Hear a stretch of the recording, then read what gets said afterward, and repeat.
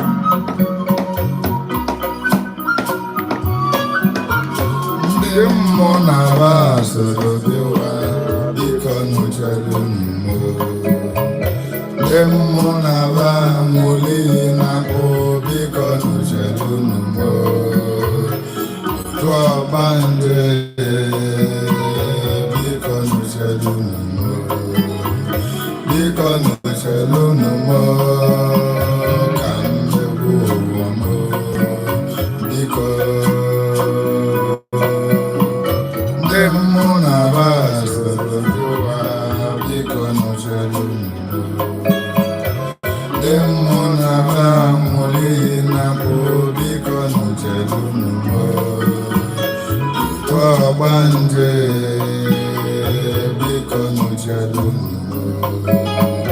biko nujelunu mo kammewu biko ajalumu nabokalete manwayo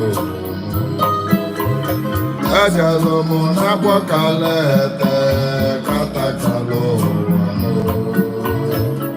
Wakalone Catalonia no Kogijibi Ogbanje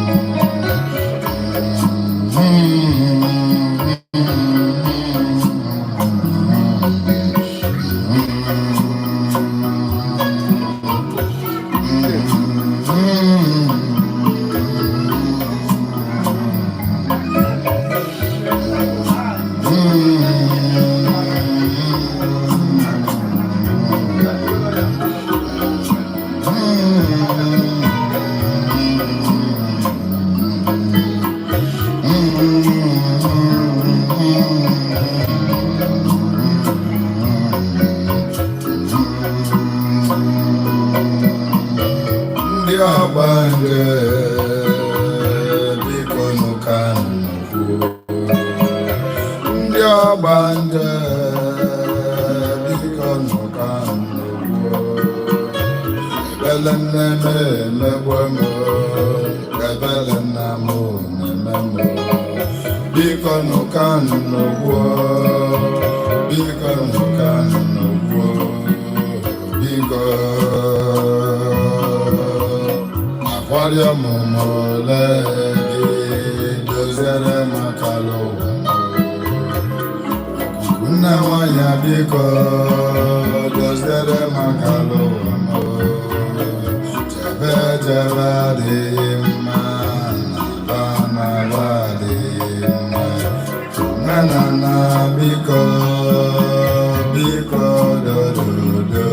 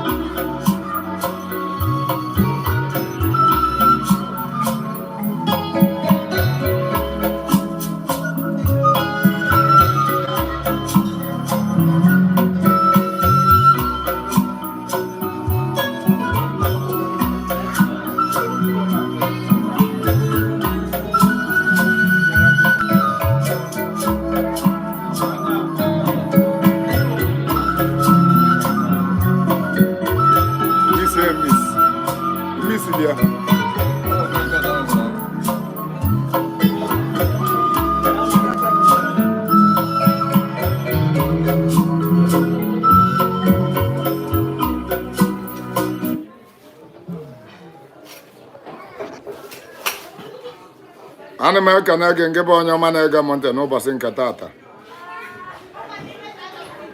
Ana m ekene gị na mpaghara anyanwụ ebe ọ bụla ị nọ na wee na-anụ onu m.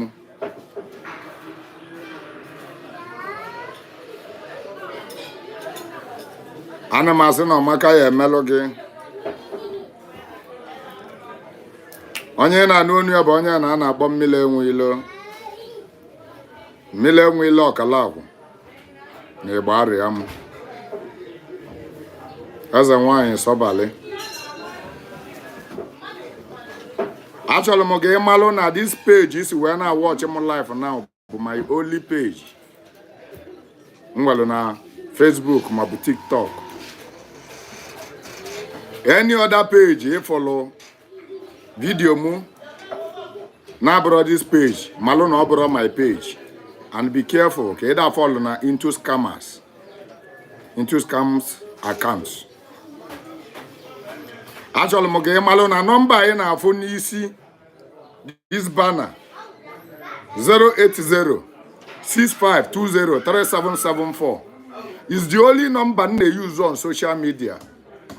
Any other number apart from this number is a scam. Any other number apart from this number is a scam. When you are referring somebody to my page, be specific to tell the person about this very number. This is the only number you will use to identify my page and scammers page. Let them not scam you. That's the only number I put on social media. Any other number is a scammer. Be mindful of this and don't be scammed. Adima agbafa online. Anybody say na anali ego online ka agbali afa. Malu na onye okwu ile ego bụ scammer. Adima na 10,000 naira agbafa. I have my reasons of saying all this. Adima na 20,000 agbafa. Adima na 50,000 agbafa. Adima charge 5,000 agbafa. Adima charge 1,000 naira agbafa. Even the agbafa bụ free of charge. Like inye megi nyam. Obone like riwelego ginaba. But you must come to my house. Ejiwa mega agbafa. Magese mo na onye afọ se send 10,000 ka ogbalo gafa. You are dealing with a scammer, not me. Adima agbafa on the line. Adima agbafa on the phone. Be mindful of this. So many people have fallen into this scammer's hand.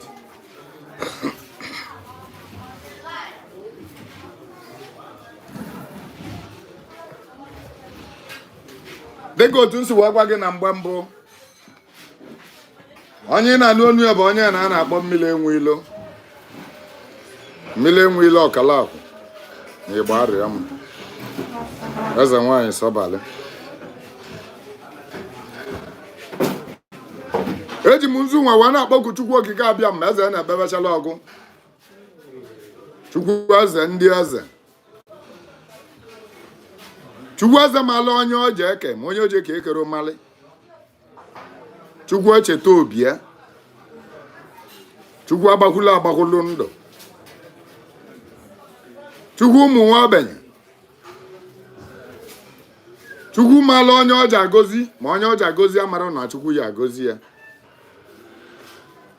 Chukwu aleva ngele eji ali ya tale ma na nna m na baba pụta ụlọ ụtụtụ va aleva gị. Ndị be anyị sị na onye melibe nne na nna ya va mmele emerekwa n'alụ. Ana m akpọku gị bụ Chukwu sị gị dịka ogbe ọgụ bịa nalị m uzu nwa ka ị tụọ.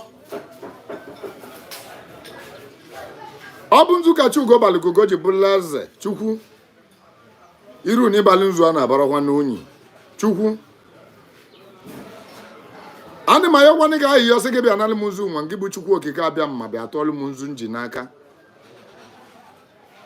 Alịba m ọrịa ebe mụ na ya ya eme dibịa. Ọrịa ebe na-emeli m iwe na ọrịa ebe na-emeli iwe. Arịba m ndị akwụodi. Arịba m eze nwaanyị eto obi. Arịba m eze nwaanyị atụlụkpete. Arịba m ndị aka ahụ. Arịba m ndị ọrụ atụlụkpa. Arịba m ndị atụlụkpete bala atụlụkpa na-abụ. Ndị bala atụlụkpa aka, ndị bala obi na-abụ. Arịba m ndị ọya bụ mkpokwu odo na odo obi. Aleva m oso otu laziva dịka ogbe ọgụ bịa tụọ unu nzu na mụ jikwa na ọsọ ọbara. Anụmali aka otu leba ọbọ sị ya na-ekwe nzu ka m ji n'aka. Anụmali aka odi ibe aja ana sị ya na-ekwe nzu ka m ji n'aka. Anụmali ndị ọbala tule bulu ọbala ahụ. Anụmali ndị bụla ọsọ na-abụ asị m unu dịka ogbe ọgụ na chievoruwo. Aleva munu novu si unu dịka ogbe ọgụ na ọ na-aba aleva dimkpa aleva egedege iru ya. Aleva nwa dibịa ala iwe na-emeli iwe.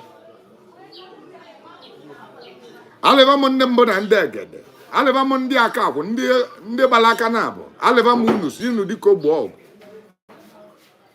Aleva m ndị aka odi. Aleva m aka odi aka ọbala.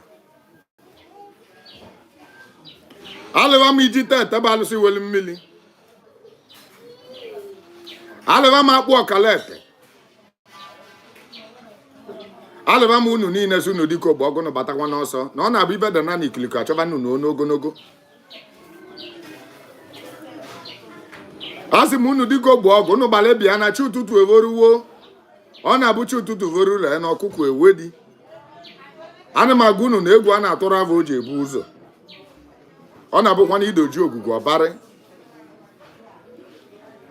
Alịba m ọrịa alụsị niile wali m dibịa sịba dịka ogbe ọgụ onye dị n'ịbala ọsọ were ije nya bịakwa na bịa tụọ nzu na nzu abịa. Aliva munne meze nwa sobalala na azụ nwa. Sobala atụlbe eta atụlbe obi. Sobala nne nwaanyị dị otulo odi. So nwaanyị eze nwaanyị na-eme mmadụ onwuli oso otule. Nne m mele m dolu m na odo obi. Nne m bata aka na bụ na m bụ nọ na akwụ ọra gị. Ana m ayọ gị bịa nalụ m ọsọ ọbala ka ị bịa tụọlụ m. Na chi evoruwo dịka ogbu ọgwụ ayịyọ ka nna ayọ. Eze nwaanyị ikuku na-akpali nkụ n'ọbịa oji nkwu ekwu ego sobali oke ngele. Nne m eze nwaanyị amele nwaanyị aga ọmụta ejima ịtọ. O mechara nwaanyị aga ọmụta ejima ịtọ mere nwa benye bụrụ milonia.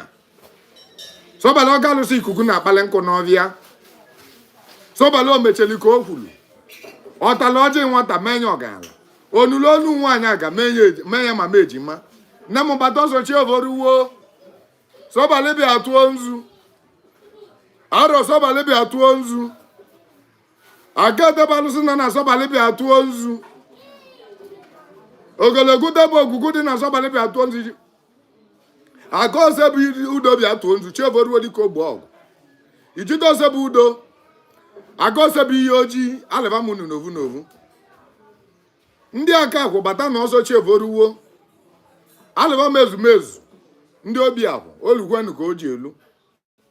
Chututu voru ya n'ọkụkọ ewedi. Bata nwanne na ọsọ bịa na m nzukọ n'ụtụọ. Ibe na agụje emile na adị ya na mbọ ma ovu mbala ji arọ ntụrụ ya n'ogulu.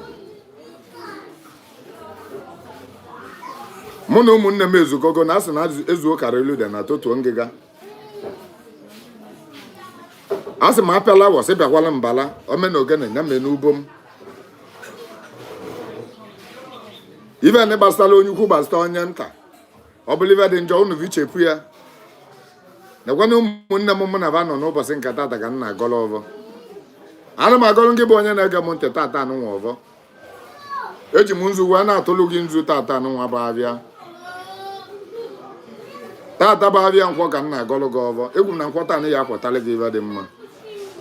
Ọjịja gị ya abụ ibe ọma, ọnịna ọnịna gị ya abụ ibe ọma. Egwu m na ijebe ejebe na ibe ọjọọ ya emero gị. Ị naba anaba na ibe ọjọọ ya emero gị. Egwu m na ebe ọbụla ị nọ na ibe ọma ka ị ya na-abụ. Izu ụka anụnwa abagalị bụ ibe ọma ka ị ya abụ ya. Ime ọnwa anwa anọ ibe a bụ ibe ọma ka ị ya abụ n'ọnwa. Egwu m na ọbịa je egbu gị ji egbu onwe ya. Ọba na-achụ gị ga-ada, ọbịa na-achụ uwekwu ada. Anya na-ebolo gị cheta ji ibe ọ ga-eme ga anya ọnya bụ ga-akpọ. Onye n'isi na o nwere ka nya dị ndụ ibe ọma emele gị, onye bụ ya nwụrụ ka ịkwa anya. Onye ndị nọchili ụzọ ibe ọma ya abịala gị. Egwu si na onye bụ ya dana n'ogwugwu ọnwụ. Ana m agọlụ gọvanọ bụ ụzọ ụtụtụ tata na ehihie tata na mgbede tata ebe ọ bụla ị nọ na. Egwu m na ibe dị mma dị na mmiri na o yi esere enu ka o lue gị aka. Ibe dị mma dị n'enu na ọ ya ada na ana ka o lue gị aka. Ibe dị mma dị n'ime ana na o yi epu ome ka o lue gị aka. Ibe dị mma dị n'aka mmadụ na o yi elu gị aka. Egwu na ya destiny helper na o yi eloketi gị. Onye na-ebu ịvụrụ anya ịbụlụ nnekwu mmadụ nya ka m na-agọlụ gọva tata sị na nya bụ onye na ọ ya achọta gị. Ọ ya adịrị gị na mma mbọsị eke. Ọ ya adịrị gị na mma mbọsị oye. Ọ ya adịrị gị na mma mbọsị afọ. Ọ ya adịrị gị na mma mbọsị nkwọ. Ibe dị mma ma elu unu. Ebe ọ bụla ị nọ na naanị onu m. Egwu na amaka ya emele gị. Ọbịa je egbu gị ji egbu onwe ya. Ọba na-achụ gị ga-ada. Ọbịa ị na-achụ ụwa ada. Anya ọbụla abụlụ gị cheta ji ibe ọ ga-eme gị anya onye abụ ga-akpọ. Onye n'isi na o nwere ka ibe dị mma mele gị. Onye abụ ya anwụ. Onye na-ekwetere anyị ekwetere, onye na-ekweri n'isi okwe n'uche. Ụdị ndị wee gị aka onye ji wele gị n'afa Chukwu na ọ dị n'ala.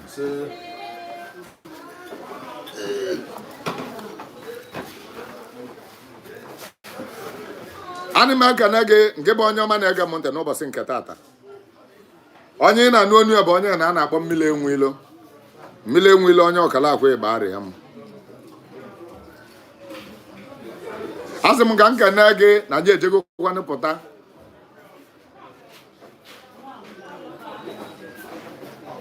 Asị m ka m gwere oghele nwa wee yọọ unu ayịyọ na m ebidoro program a n'oge.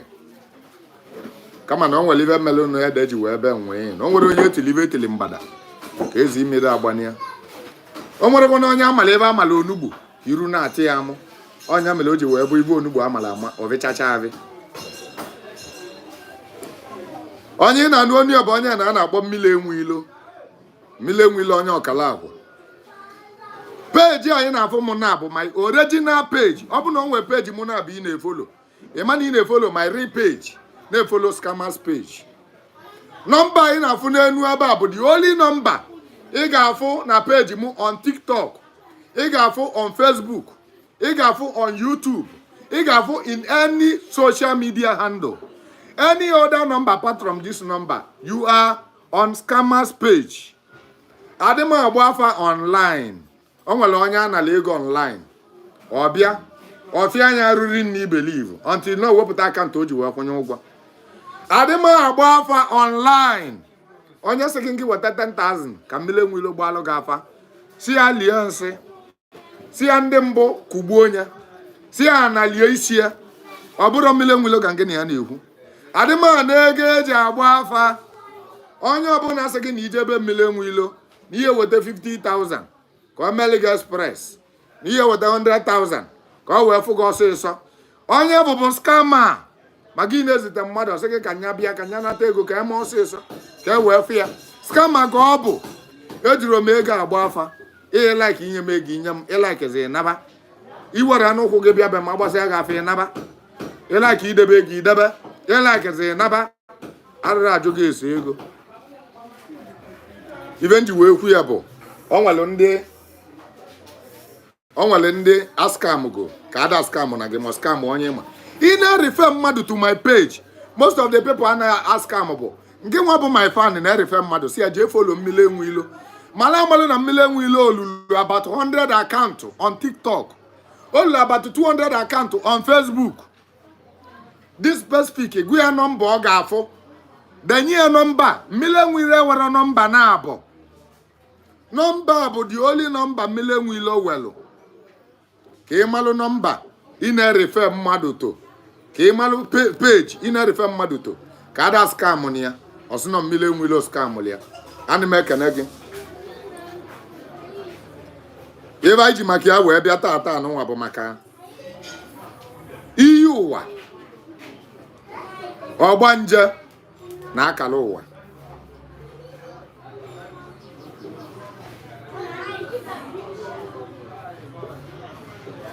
Ebe anyị ji maka ya wee bịa taata anụnwa bụ maka iyiuwa, Ogbanje na akalauwa. Akụziri m nkụzi a n'izu ụka gara aga. Ibe nji wee ya tie azụ bụ na ọ ka afọlụ na m kụzidebelie n'ụzọ na olugo ka a ga-ata nya bụ ibe ka onye ogbu ya anụ ya.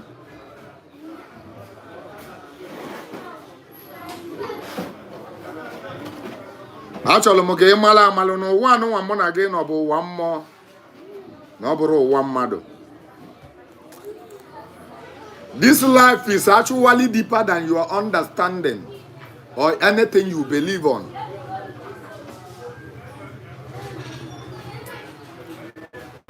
I want you to know that everything about this life is a spiritual. Everything about this life is spiritual. Ijile anya mmadụ wee sobe ụwa. Ịma na ị ga na-ada ugbolo ugbolo.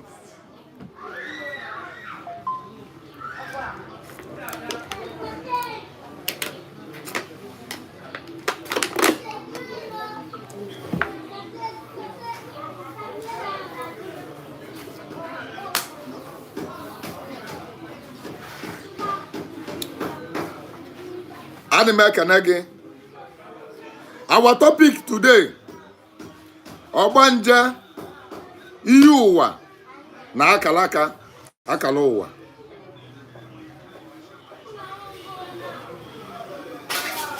I want to tell you that you are a soul living inside a human body. I want to tell you today that you are a soul living inside a human body.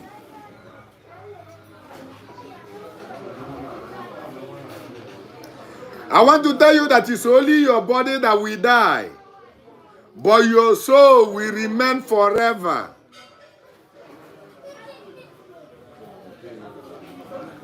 And I want to tell you that the number of years you want to spend on this very planet is actually some hours. in the spiritual realm. If you want to defile it, if you want to talk about it the way you will understand very, very well.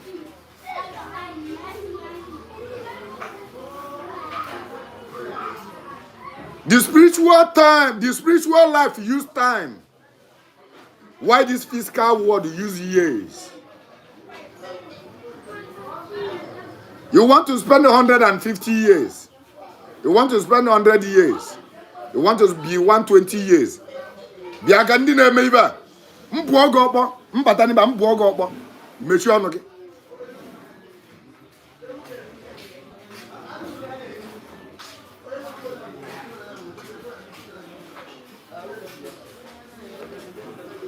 Emetụtụrụ m aka ebe gbasara Ogbanje.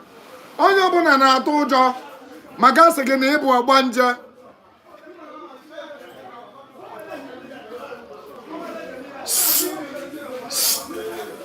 Waka, nigga, ne.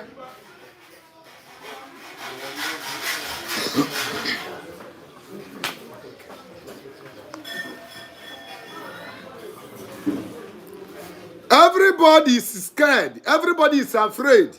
Whenever you hear about Ogbanje, you want to differentiate yourself. You want to depart from it. You don't want to hear it. You don't want to hear truth about it.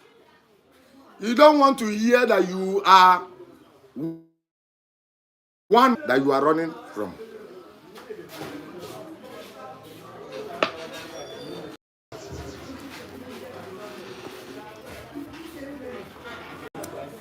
You don't want to believe that you are Ogbanje.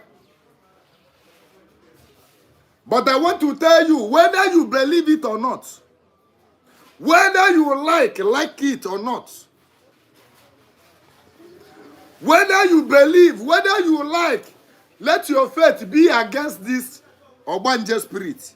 But I want to tell you that even your pastor, even your deacon, even your reverend, even your spiritualist is an Ogbanje. Your mother, your father is an Ogbanje.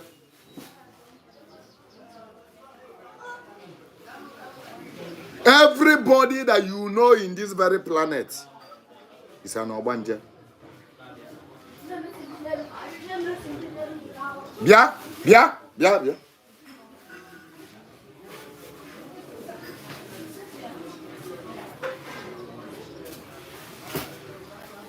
Ya ni isigi nwa, isigi amaka. Mba, oloso. Gwazo.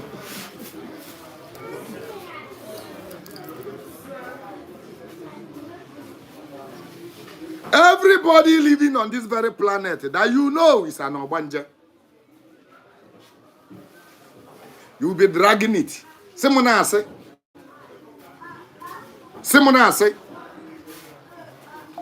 I have so many evidence to prove to you that you are an Ogbanje. The person that want to deliver you from Ogbanje spirit is an Ogbanje. Have he delivered himself?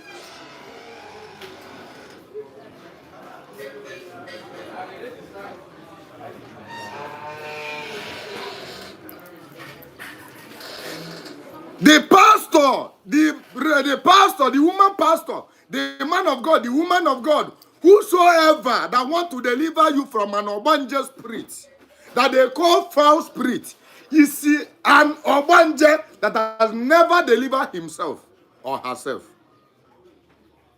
I want to tell you that things of the spirit cannot be treated in this physical life. You can't use a physical understanding to treat a matter of the spirit.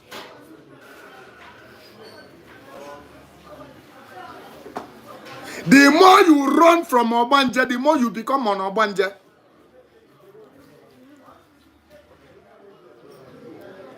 How did I say so? Everybody is an Ogbanje, but Ogbanje has rank and grade. Ogbanje has rank and grade. It depends on your rank. So many people want to die because they still want to maintain their rank in the spiritual realm. So many children need to die because they still want to maintain their rank in the spiritual realm. The more you stay on this planet, the more you are losing your rank. That's why everybody must die. That's why so many children want to die. That's why so many children don't want to stay.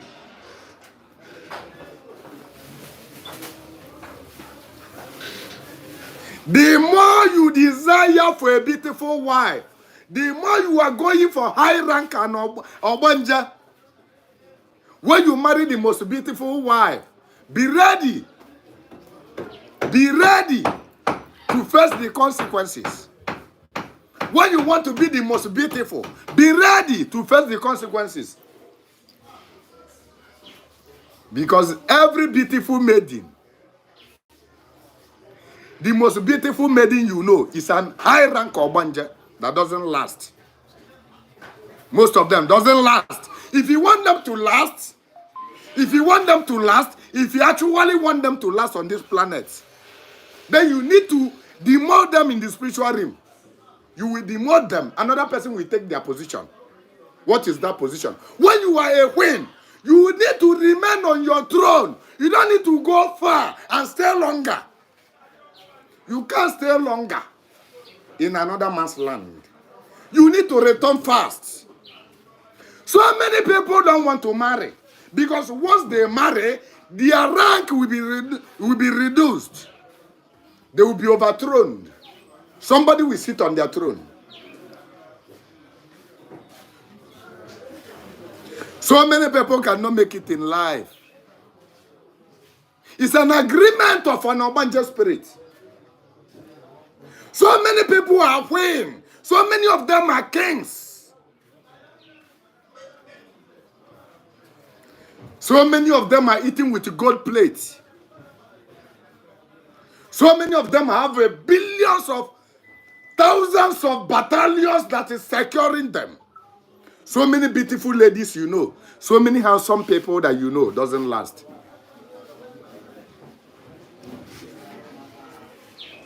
If you want to last more in this very planet, you need to be demoted. You need to be overthrown. People that came before you will overthrow you and vacate your seat. You will vacate from your seat and they will occupy it. They will vacate you from your seat and occupy it. They will become the queen before you return.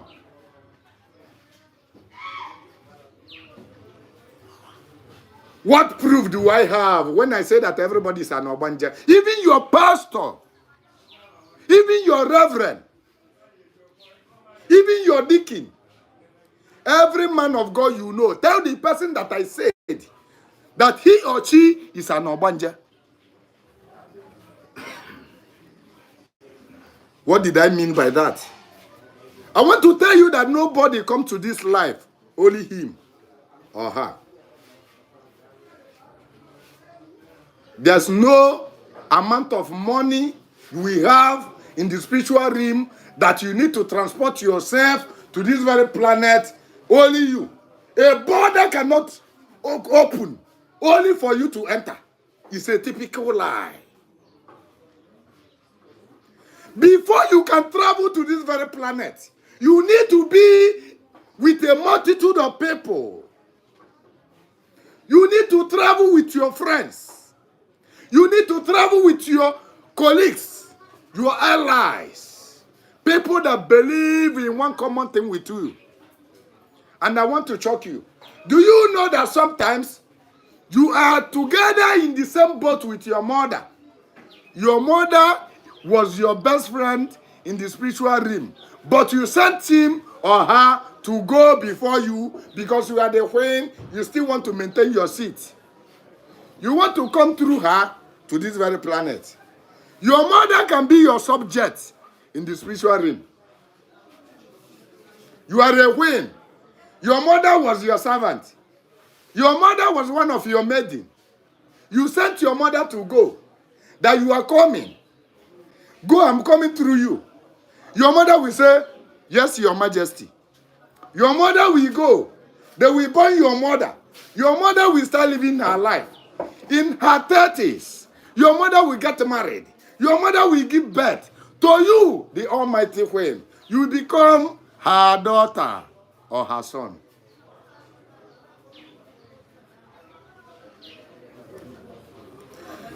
Your mother will live her life. After living her life, when it's time to go back, your mother will die and still waiting for you to come back.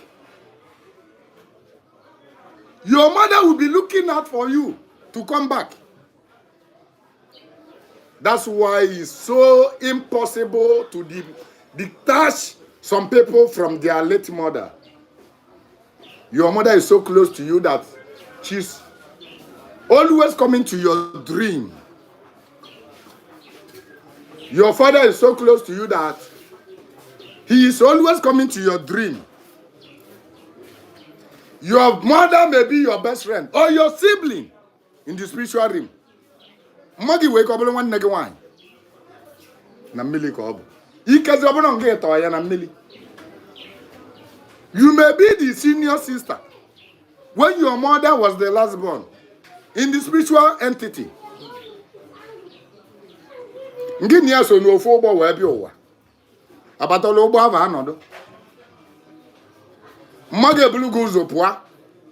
Bata mebo we meso we amuage. E bata.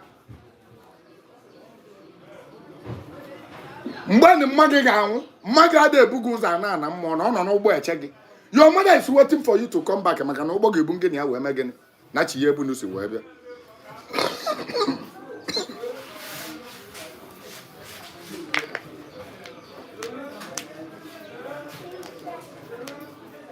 That's why continuously so many people are still seeing their late parents. Your late sister, your late brother.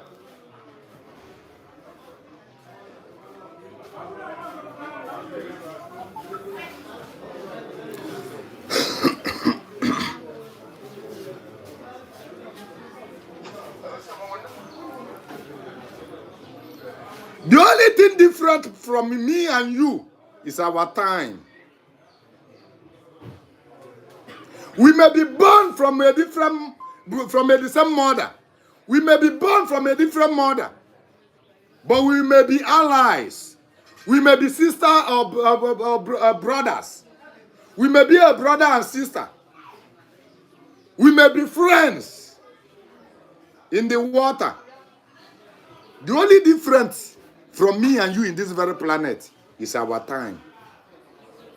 We may not have the same time to die. We may not come to this life at the same time, but our boat will leave at the appropriate time that we all agreed.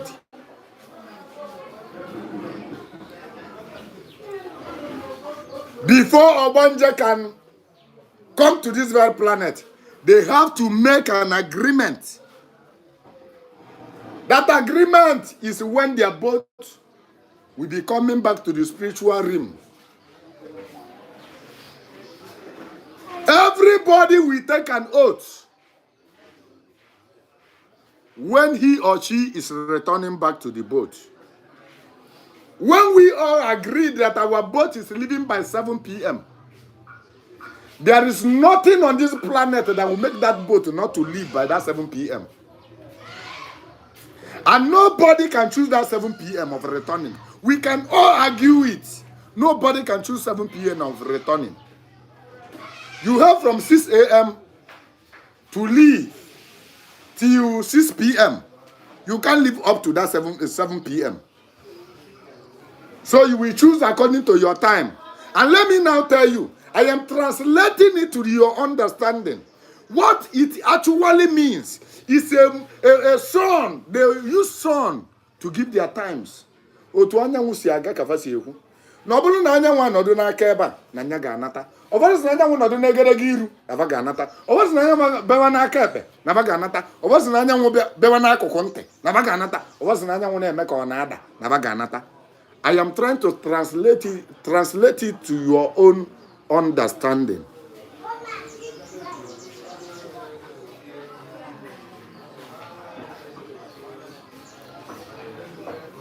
When we were coming to this very planet, we have 3 places to say something.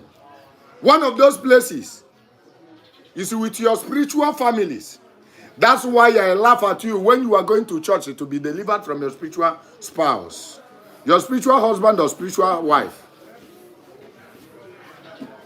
Some people can say that they don't have a spiritual wife. You are a typical liar. You don't know yourself. You don't know where you came from. There's nobody born of a man. There's nobody born of a woman. There's nobody breathing on this world that does not have a spiritual family. You have a spiritual wife. You have a spiritual husband. You have a spiritual mother. You have a spiritual uncle. You have a spiritual children. Nobody. The youth of that world does not come here. Before you can come here, you must be married. That's why your newborn baby that they give birth today, he has a spiritual wife or spiritual husband. When a pastor is trying to deliver you from spiritual husband, you did not ask your pastor, how come this spiritual husband, but your pastor does not believe in the word in the water. Your pastor, your reverend, refuse to believe, refuse to make you believe. You refuse to believe that there's a word called the spiritual life. That there's a word where you come from. That there's a word where you have a spiritual family. Why is your husband, why is your pastor interested in delivering you from your spiritual husband? I want to know. Why? Onye amụma na onye ụkọchukwu na onye pastor chọrọ ka ọ deliver gị, ọ chọrọ ka ọ deliver gị from your spiritual wife. Ọ ma na iwelu di mmili, ọ ma na iwelu nwunye mmili. Mana kedebe isi we nwunye mmili. This is one of my proof that you are an Ogbanje. This is one of my proof that you come from a spiritual world. Even your newborn baby will a spiritual wife. Even your newborn baby girl will a spiritual husband. If you doesn't marry there, you cannot come here. You must be married before you come here. There are some people you have to entertain their question before you will come to this very planet. One of them is your spiritual family.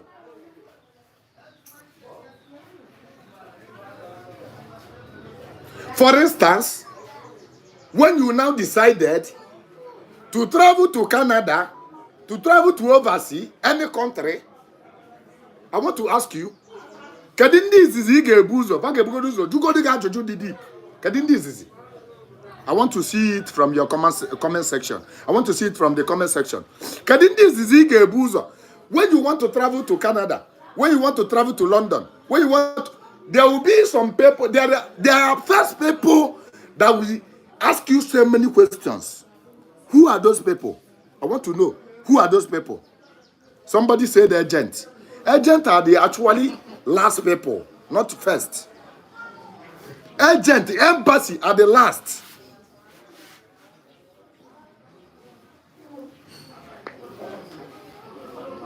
Not visa agent.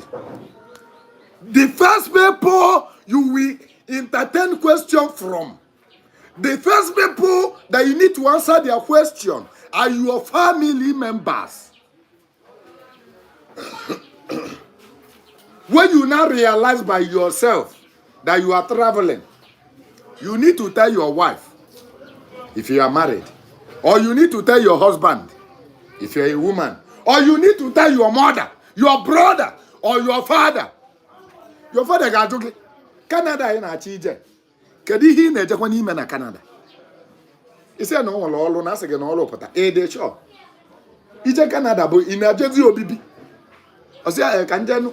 Kedi ị ga na-alatakwa ụlọ. Ị ga na-anatakwa. How long ka ị ga-anọ? Those are the first people you need to entertain their questions.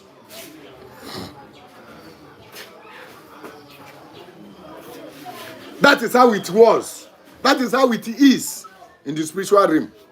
You need to entertain questions from your spiritual spouse, spiritual families. Daddy. Is there no way being aga? Na mo chọrọ ime travel. Na mo chọrọ ije ụwa mmando. Ụwa you know ebe bụ ụwa mmando.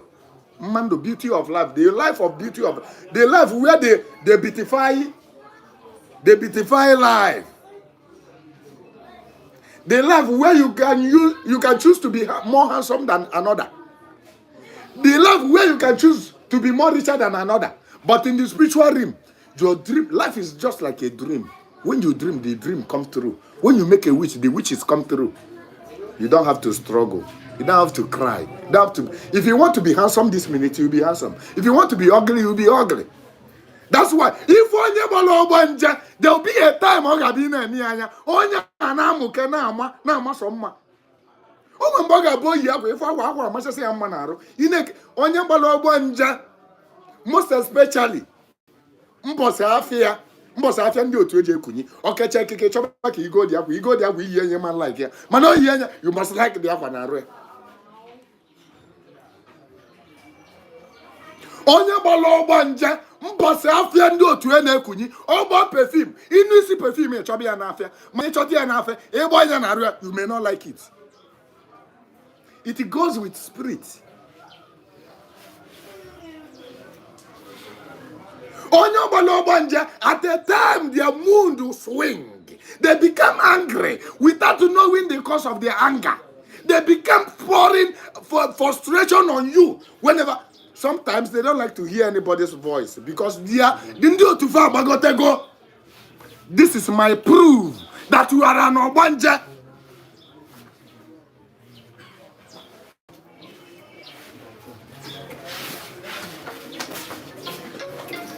Thank you. Sometimes you can be angry of yourself. Onye gbara Ogbanje abagwu ya na-eri nne and high rank Ogbanje abagwu ya na-eri nne.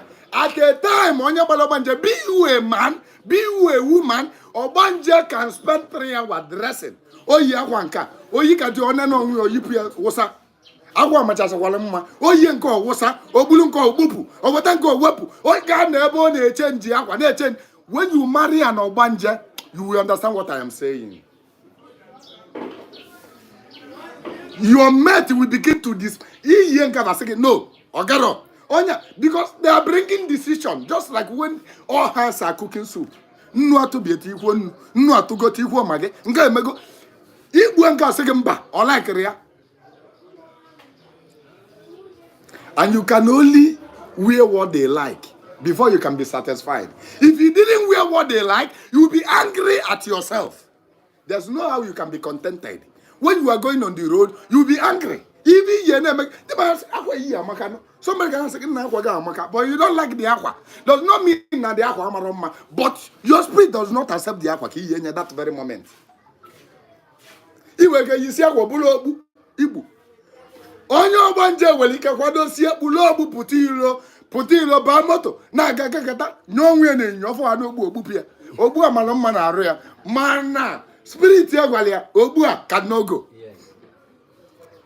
This is my proof that you are an Ogbanje.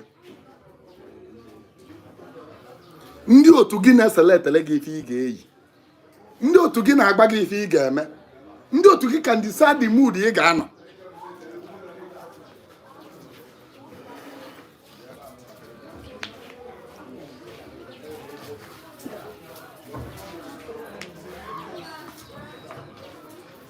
This is Ogbanje. When we are coming to life, you need to entertain questions from your spiritual spouse.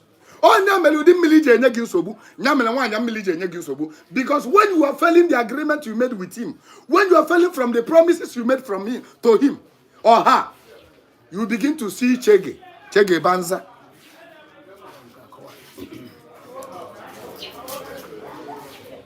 Your spiritual husband, the Kebale, Asiani in a Joe one mother. Or do I give in a G-man? Is there no one who found in a bebel and not a motanga?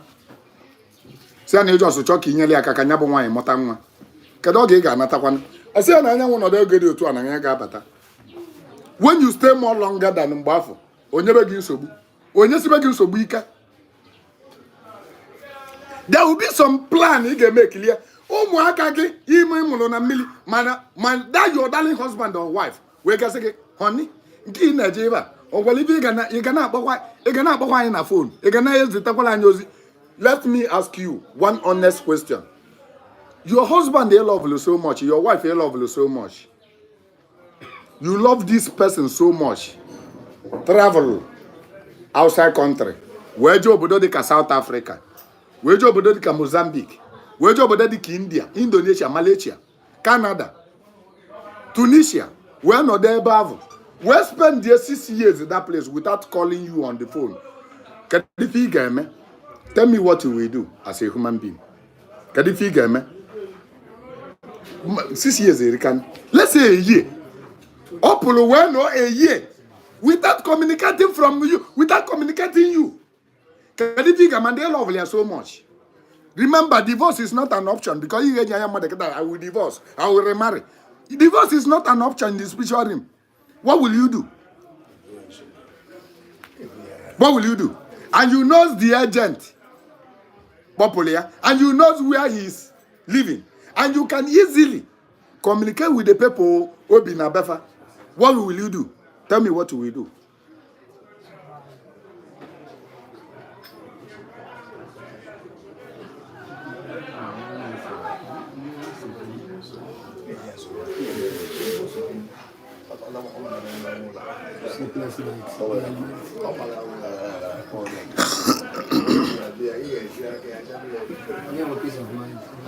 You must find a way to disturb him or her. He can never trouble. This is how it is. Or you may imagine that your husband, maybe your wife, no one will CCTV footage. Then at their place. Let me just put it this way. On will CCTV. Uno bonde no na country ebono na country no mantolo over to their own city. Ni wo na na eme eba ni na megini ni na afo ya. You wanna for your wife. O we je eba oje. We so onye ocha. Nya na nwoke onye ocha we bili. Bu your spiritual bu your wife. Nya na nwoke onye ocha we bili. Ma obo nya na nwaanyi onye ocha bu your husband. Nya na nwaanyi onye ocha we bili. You na ekili mbobu no na ekisi nwaanyi onye ocha na amechi ya onu. Na amechi ya onu. Na akụ mpete. Mgbe ọbụla ịnọdụ na akụ mpete ọ na-adagị na mkpụrụ obi. Ịnọdụ ọ na-adagị na mkpụrụ obi. Kedu ibe ị ga-eme? What will you do? Divorce is not an option. Don't put divorce.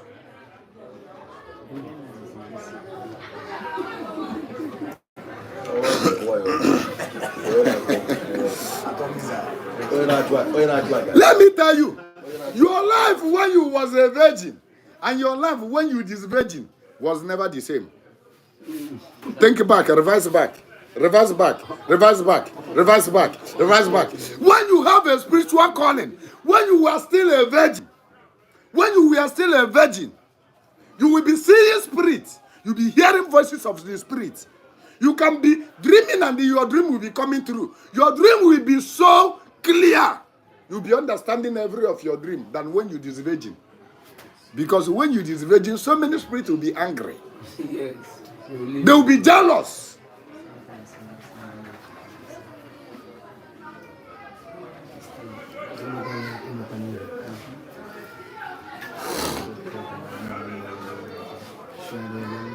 Maziani, imagine having on a CCTV when they kill your dear wife, your lovely wife.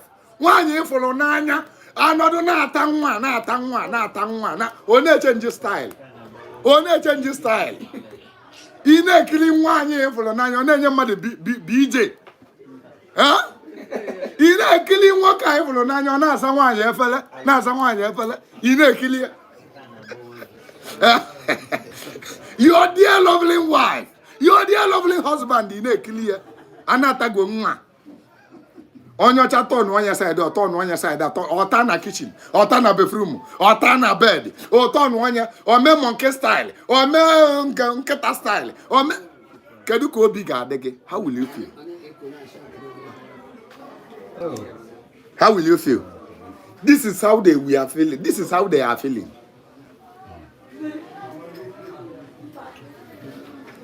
That's why they tell you that they are jealous. You didn't agree on all those things. Most of you agree. Man, if I'm not going to open style, I'm a book and I'm a keta. I'm a monkey style. You feel it now? You're a doggy. Emeva doggy no watch no nya yebugi na oboso na oboso iba ka na mera. Oboso ni ba bala oboso ka esi emi ga. Kedu the monkey dey ka the style the way. This is some slightest things that provoke them. I didn't say that is a bad thing, no. I think na ajo ife.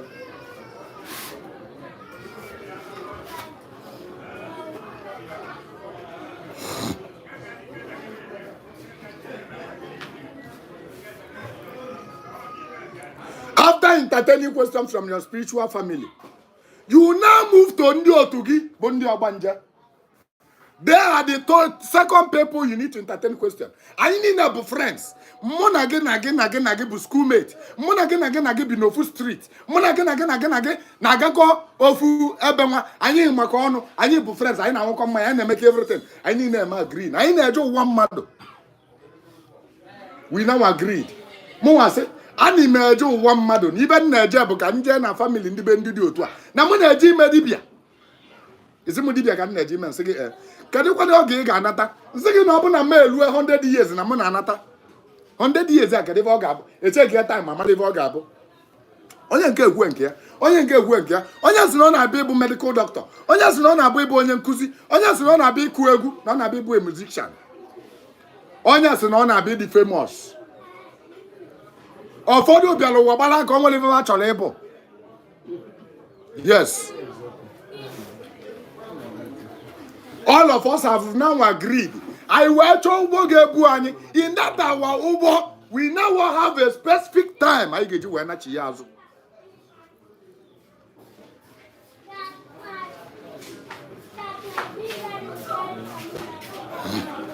No one will get buani. I never go specific time we get buchianazo. Specific time I get buchianazo will come 7 p.m. 7 p.m. All of us agreed that we are going back 7 p.m. We have now agreed. 7 p.m.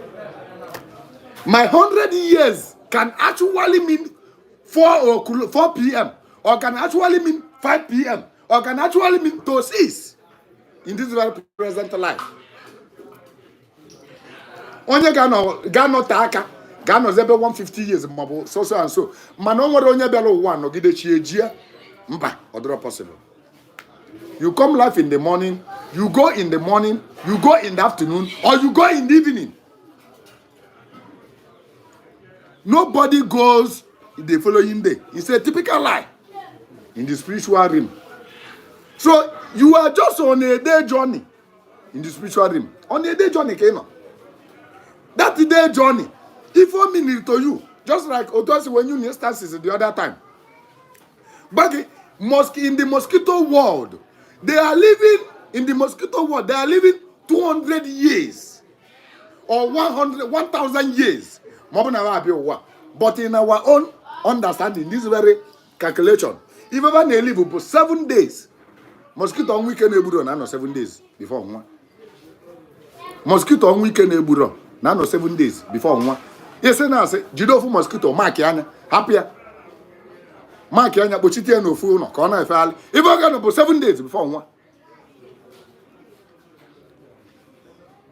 In the animals kingdom, in the animals world, many of them can spend 300 years in their own understanding. But in this very planet, on what man, on what if they can kata, master on what man, mbe weliken of 500 years, mbe weliken on 1,000 years. In this our own calculating. Mbe. Open on week mbe. Mbe na 1,000 years. 30s. Mananketa man no 20 years. Ofial nketa no 20 years. And still living. So where am I going to? And so on and so forth. And so on and so forth. In the underworld, that 150 years, 200 years you want to stay here is just a day. It's a day. Okay, Kobo. Okay, Gejina. Some people can spend 4 hours, 4 hours can be your 40 years. 4 hours can be your 60 years. So 4 hours can be your 50 years. I don't know the actual time, but I can tell you that specifically that is a day. You can't spend more than. You can change the color to each wherever. It was a nachi as a nachi.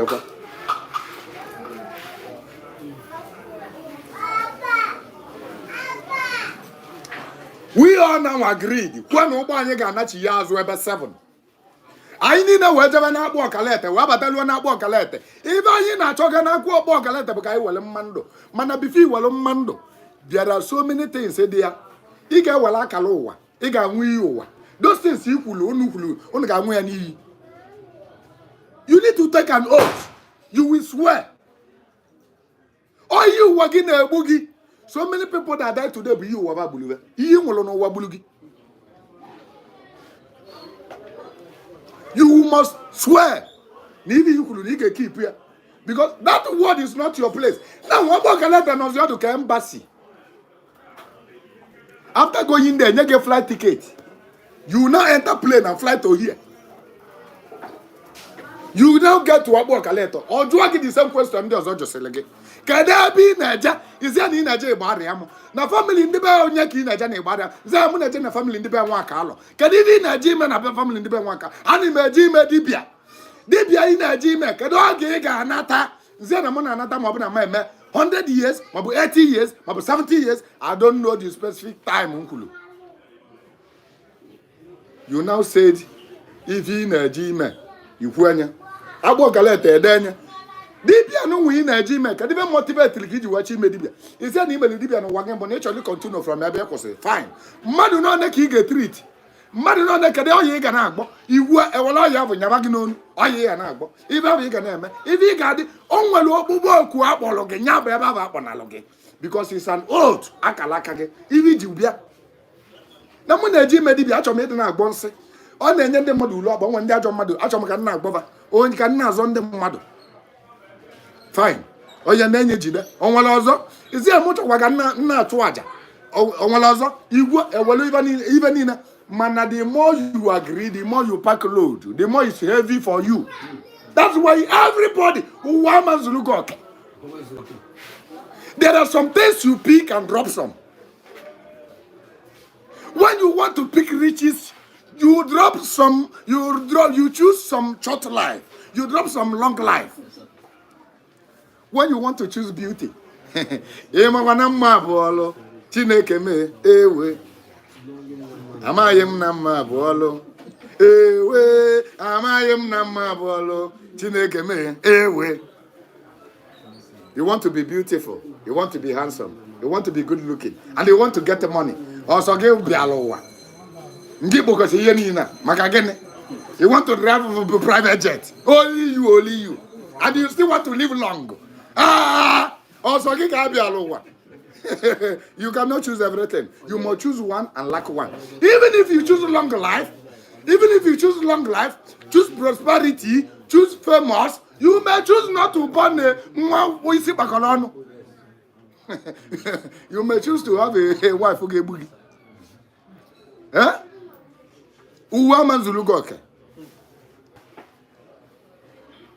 There must some things you will pick and drop some. Eh? You will run above. Mbaka guy for now, they pick, what Mbaka banya, Mando. You would then come, Bessiaka like of me. It here and Bessiaka can catch you. A tilly, you chunk eye, not on pointed nose. Emma Weavers here. Pointed nose, I have a corner motor go, man. They only leave a drop of plantain. I be able to.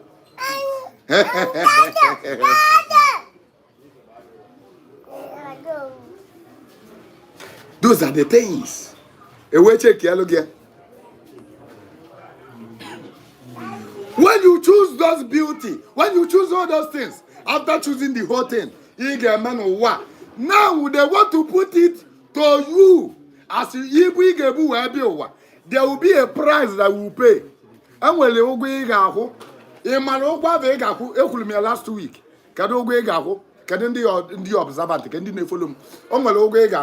you have a price to pay. You will pay for collecting those things. Tell me.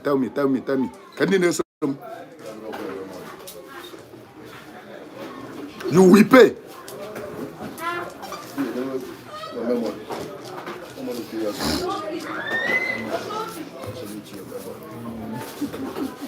You will submit your ability to remember, your ability to recall, your ability to know where you come from, your ability to remember your friends, your ability to know what you choose. You will drop your memory. Your memory is going to be exchanged. Akolo. You can never akologi.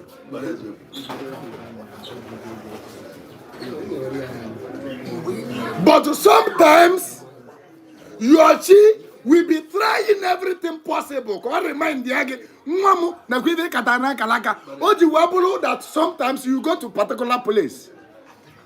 You begin to honor the before. Honor the before. Sometimes you will see a particular person. Or the kiki before. On webe se malonya. Ina nonya. Ona the kon webe se malonya. Onya na yigo onye ma mane makwa. Oga na yigo onye ma. Mane mazo onya de ya wo na yigi. Ina so onya nwe onya. And the onye nke na onya ifo onya. O nwere onya oga be ifo. If you like the person, your spirit will just accept the person. The person is your mate in the spiritual realm. Even the person cannot remember. And you cannot remember. Two of you are blind. But you can feel it.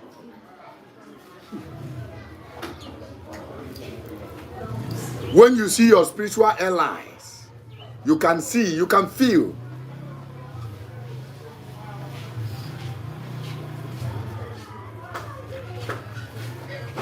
You can't remember who you are, but you can feel it. You can feel it. You can feel.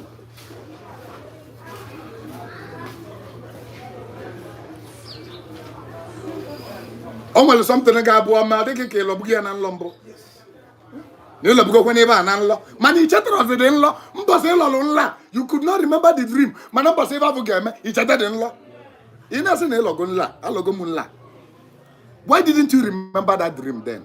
They don't want to unmask the spiritual. They don't want. You cannot cheat nature. Sometimes your chi will try to remind you. Your chi go seeking. This dream will be very clear. It will be a battle. It will be a very clear dream. And you will wake up in the dream. When you wake up in the dream, you will be starting, you will be trying to remember the dream. The more in nature, that in law, the more in a feature. In nature, until you forget everything. And I say, Allo Monlo, I did a mobile, cousin can't chat. Kaziva man and la. For me, I think a motor. Opposite motor, the feature of motor. He just doesn't want it for motor. He just doesn't wear because your chi is trying to reveal the secret of the underworld. And the spirit quickly clean it. If they reveal the things of the underworld to you, you will not like to stay here. You cannot like to stay here.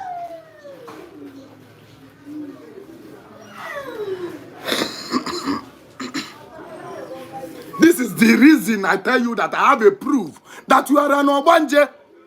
Igbo Ogbanje. Some of our teachers na social media. So na Ogbanje bo. Ije ina. Yes. Oh, Ije ina. Because I have come to this life 1,773 times. Mbiana 1,000. Mbiambo before Jesus. And I'm one. God no ever 1,773 times. Okay, they are 73. Can be a last one, 72. I was a woman. I have my wine, one mumbo. One came now, where Bianca. Doesn't come 73. Even was in one carbon worker. You understand? This is a mystery, but this is a mystery because this word is more deeper than your imagination. Forget about the Christian religious mentality. They want to close all these things. That's why we are suffering. That's why our ancestors are more richer than us. Yes, your ancestors are more richer than you. I have a proof. Your ancestors married 21 wives. They are more richer than you. What is pelari? Mpaga me go do benina. Imego na eji egbo enyinya. Imego eji egbo efi mgbe a. Maka na ele efi 1 million keta. Imego ife ga alo bife elote efi. Ego efi. Imade ewu di ka efi mgbe a. O ji blo ezu elu ewu enyi na ndo. Ewu anyị na common goat anyị kpọrọ common na. Ewu di ka efi then. They don't use money to buy all those things, but before you can acquire it, here my phone on it. My phone on it got before but they go. We buzalo buefi. You we buefi. We bu engineer. We chiozo. Imagine be chiozo. Imagine on it get bokota. Imaro no ne alu GBP chiozo. They are more richer than you. Forget about it. Open all the time of our forefathers. Who is Ato Ezenubo? Ato Ezenubo Batarego Nakafa. You may go to Labasico. Open the 10 naira mbavo. When the Labasico 10 naira. We are. You may go to Yalo. You may even know Galo before 10 naira. But they drive it. They ride the bicycle. Bamu Mobuno Waketa Cavano. Genebo Falari. Ebatana Bunu Falari Akalia. It will let it go for Ifia. They are more richer than you, whether you believe it or not. Religion has dropped us.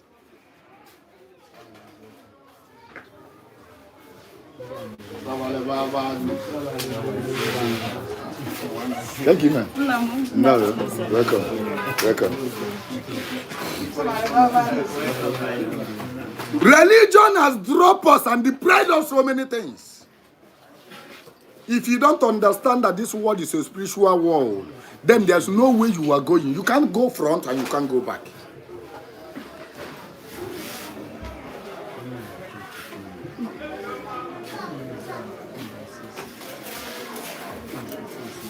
Galeta now sees your memory. You were back and transport to get to your own destination. For instance, in where Baubo, Ubon Palibutalemone Asobale. Million aboso balebo iyiuwa mo. Ebe fuka di weli tuwa. We banye na afọ nna mu. Mbavo di gi ime. Oburo mbose nwanyi di ime ka spirit na abanye na afọ. No mbose na aga amu nwa. Mbose o spirit fe beta na fi ime emebe gi. Ono ka to po, oje weti di ime akwụsị ime gi. Jụọ nwanyi di ime ka ọ kọwalụ gi.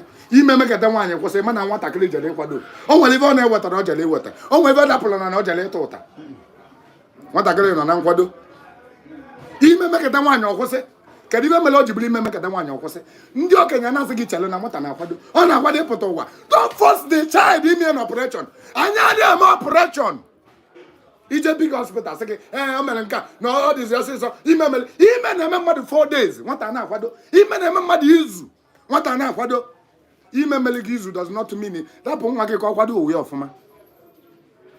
At the time, all like a day, Kenya Nakolani. As in a wine, ime na emete, open on one wine, Kayamun, ime na emete, Yameta, Wamanyaka, Magagani, one you can't go in each chumma.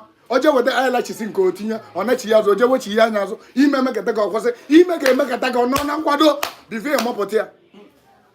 What are you telling me? Obelog, Bagan, name operation. So many people are on the Kim on one rover. No, now they was the same one. Get him operation. Wait! Dianya, operation is not a thing of our tradition. Operation be imported thing. What a killing happy when I do what I got is a Butanica. Can I Boptalia? No, some of them must have one. The young are women. When they open your spiritual eye, you see the face of these children. They'll be very angry at you. What are you bringing me for? Look at the 100 billion that I'm supposed to carry to come to this world. Over there, I say, over the man, I say, Nangbaji, this year, Nangbaji, you're not doing Ozembao, man, no, where back can be a Tabakan for Babaru. Why didn't you allow your child to be prepared enough? Why?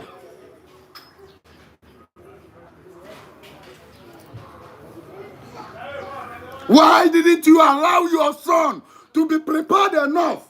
Ijaba put in an operation. ọ dị ka ọsịsọ asị na ike agụba na nwaanyị ike ama ngụ ya nwaanyị keta na gara aga na ọ ga-anwụ na ọpụreshọn na ọ ga-anwụ n'afọ ime o nwere ife imelie n'ụwa ka ọ danwụna n'afọ ime gbalụ jebe na akwali ọmụmụ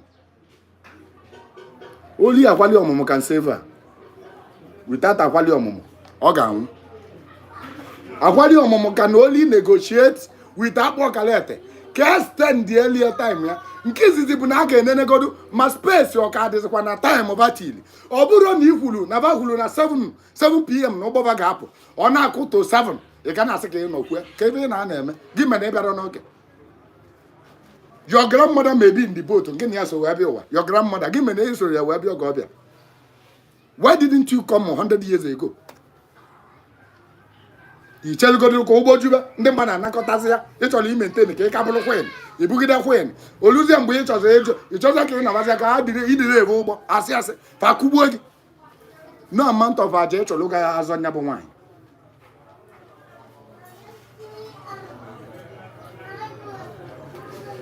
so many of you don't know this world is a mystery.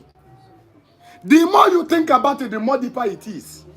This is a spiritual world. You can't follow them with a physical eye.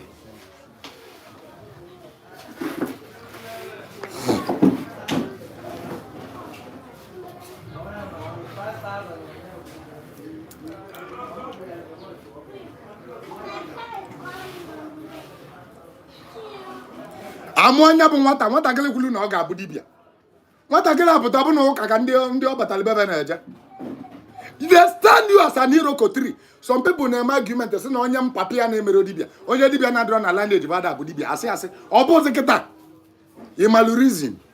Ndị ichie vezele dibịa ka mkpụrụ ọka. Maka gịnị? A na-anaba their tradition. A na-anaba their home. A na-anaba their togetherness. Afụfụ ị na-ata na-ewute ndị nna gị ma n'obi. They want to answer the prayer to the next generation. They store you as a dibia. To be a dibia in your generation. Ogo na nna gị emere dibia, nne gị emere dibia. Agụ ma gị bụrụ agụ.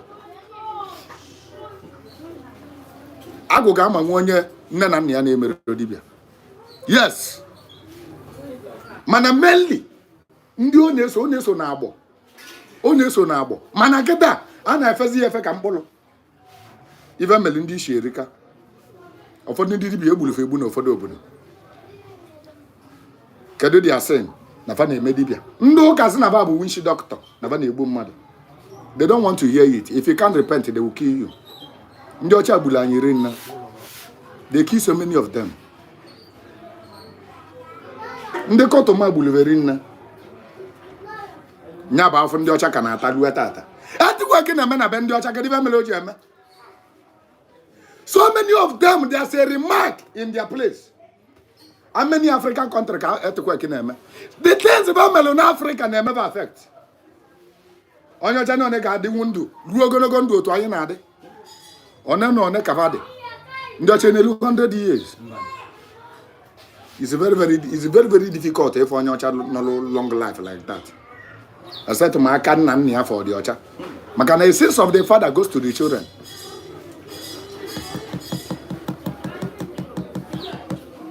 You don't know, and you can never know.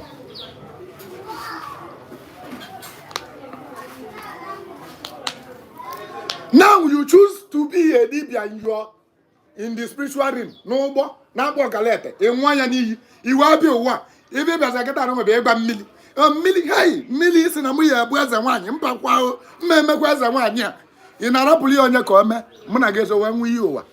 I had to live with bank from Kamukambu. Ifron Kamukambu. Or even Monochobudo Butego. Guinea Major no Butego. Or Mujale deport one. So many of you, Jelobodo, Bonarinya Budibia, of others have Batarego, you want to make money before you start a native doctor. It's a typical lie. You can't be wiser than them. They know that when you make money, you forget them. You want to be rich. You want to make it. You want to have 5 cars. You want 5 cars. You want to can even a melodibia. Abaligon, Abalishigon, we made Dibia. Yamana Dibia, the Okwajadu, Madi Lojo. I go against Sodin Dibia, but also. I go give them a blue Dibia, but also, Dibia with the most difficult task ever in life. If onye na debe nso dibia na agalia. Dibia bụ the most difficult akalaka in life. The most difficult. You will live a life of a spirit and live a life of a human being. Two different lives altogether. You can't go where your mate are going. You can't do what your mate are doing. You can't eat where your mate are eating. You can't say when your mate are saying. You have rules and regulations. There are so many things you are not allowed to do and you are not allowed to say. So many people run away from it. And so many people adopted it. Because it's a kind of making you a king. Maintaining your lane. Maintaining your rank. Ogbanje malo marine naturally maintain a rank. You choose one blue dibia. You want to still maintain your rank because you want to be talking to the spirit and talking to the mortal. Hey, nobody to stay in my seat. I am still the king and the queen. Oh, hey, the queen. You still want to be queen? And you don't want to be Libya. It's a two different tasks. Oh, na go you will check your one open amaluma. As a wine. Abali have a granny as a wine you call. Nina maluma. Check your other. Oja and as a wine another. Ijana or dwarf as a wine another. On your mama go second you will call. Can do reason. You want to maintain the seat. You don't want anybody to evacuate you.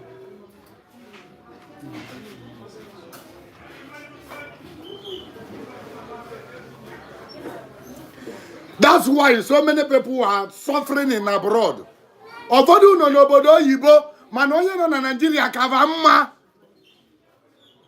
At least you can eat 3 square meal, but they cannot eat. They are begging. Esi na Nigeria akpokotele be geji akwụ ụgwọ ụlọ. Esi Nigeria akpokotele geji akwụ ụgwọ ụlọ. Onini no n'obodo Igbo abalugu ulu. Jenusa no okwu akpọ gị. Jesu okwu akpọ gị. Obodo ụmụ nwaanyị bụ bamụta nwa nwụrụ. Reason bụ na ịbụ deeper life. Ịbụ Lord choosing. Ị na-eje Zion. Ị na-eje nke nwa. Na mere iji bụta nwa nwụrụ. Maka na ị chọrọ ịzụ okwu gị. You are a queen. You are a mighty queen. And you are bowing down before nobody. The person in a bow will down go bello get bello. Ngin you onyeka. That person in a bow will down go bello get bello ko bi segisi. In a boda di GO. In a bomb mommy GO. Oh you go bello get bello. Leave mama meto get isi. Bamma go welu isi gi. Okwe your forehead nya wele eso ologe. Isi gi nya wele eso ologe. That is where your glory lies. Your glory lies on your forehead and your head. If you want your child to maintain the greatness of Buapotowa, avoid the Aganisi. My proof of Dada. Dada no neki meto akanisi. Some daddy meto akanisi tamo ganafo. You don't touch Dada anyhow in their head. That is their glory. I told you that I will give you proofs, and I'm giving you proofs. Stop allowing anybody. Can they believe to look? When they are touching you, you are going down. They are demoting you from your rank. There's a first rank, second rank, third rank, fourth rank, fifth rank. Kare rank ye ne demote to gito. Onye kage na rank metogaka e na dada. Ordinary marriage. Some people was not meant to marry people that they are higher in the rank. Rank aburego. Remember this thing in Nagbage. It's not money, because when they talk about glory, well, you go, Oburego, my brother, come out from there. Oburego be greatness. Ego is not the only greatness you know. Somebody can be great and be a defender of the family. The person will come and will go. Somebody can be great in Ogu and Ogu and Ogu man come and balano again. Ogugo, even Ogu Maganoge speak so many wisdom. All the great in that, not only money. Forget about it. Somebody not the great in Imodogu. On na family na 2 hours. Onye ga chom pago Ogu. Well, a particular son of your father on a told you. Oh, no. You dare not talk to the mother like that. Also, Allah na poge but na compound balam muyamba. Oh, well, all much pugin to that's all. Your son, that is your own greatness. Mother na the great of famous. You will be famous and we will lack money. Phone you get no contact the governor. You born your zagi. Mani were go. Or man go. Commissioner of police in a phone, area commander in a phone, IG in a phone. You can make over a giver.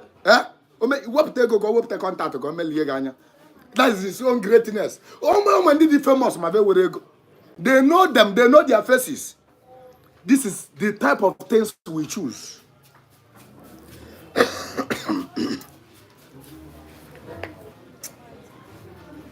Which one do you choose?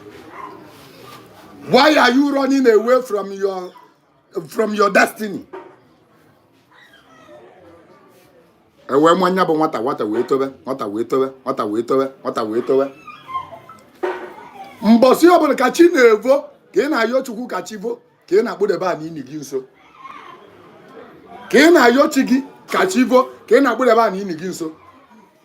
Na amụla anyị the same year does not mean na mụ na gị ga-anwụ the same day. Let me now choke you. Almost something no amaro. Before an accident can happen, accident that will happen 2025, February 14th, 2025, accident Gamen and Paul Junction. Gamen and Paul Junction has been planned and programmed to Madinonega accident. And those people who are accident can find it themselves the same day in the same car, in the same premises, at the same time, and they will die the same minute. So many of us will come and you know for wake up and you for here, but then MMILI, there'll be thousands of Obo, don't MMILI. Oh, a particular football is so webia. Ubondozo, Chologedu Nathan Cosa. They are programmed it. I got a Nagalagan one accident, for instance. Then one get an egg and one accident, for instance. Then one get an egg and one accident, for instance. It can be negotiated in a kind of football.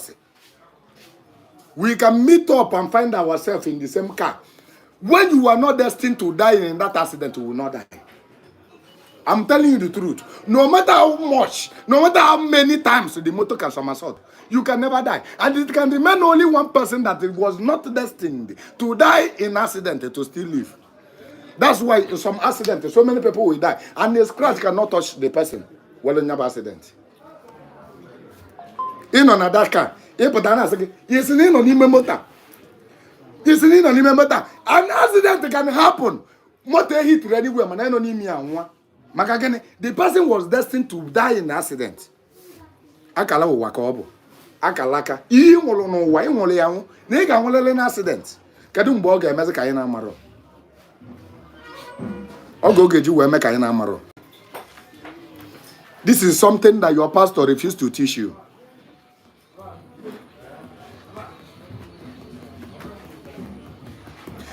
Onye ọbụla ga-anwụ anwụ ga-eweli a sign.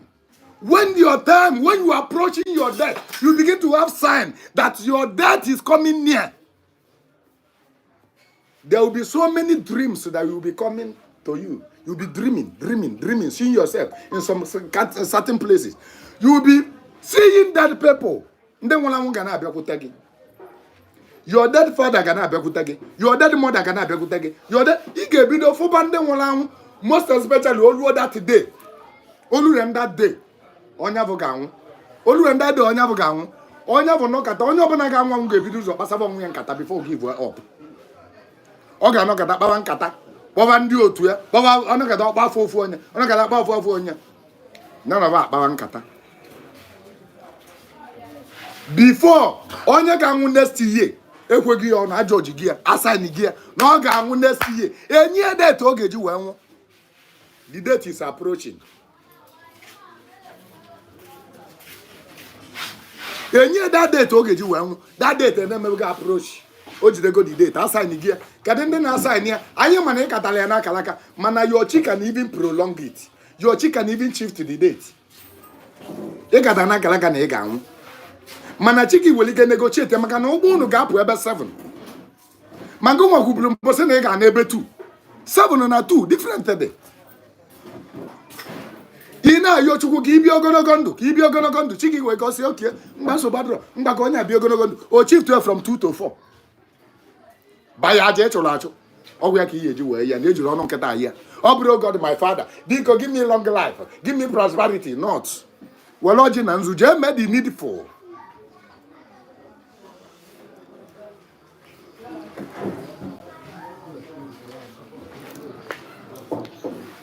Let me tell you, can Jordan ụwa ka mmadụ n'ụwa? So many people came to kill. O nwere ndị bịara ụwa n'ụwa, nya ga-eji gwa gị n'ụwa ezu oke. O nwere ndị bịara ụwa na ibe abịa bụ revenge, ebe abịara igbu mmadụ. And ndị bebezi ebere ka ide so na ndị oge egbu, maka na oge egbu gị ma ọ bụrụ na o kwuru na oge egbu gị.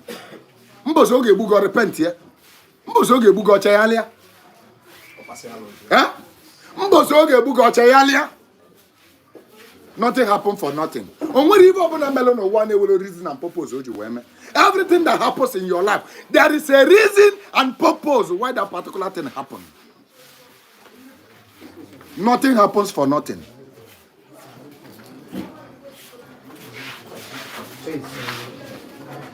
Nothing happens for nothing.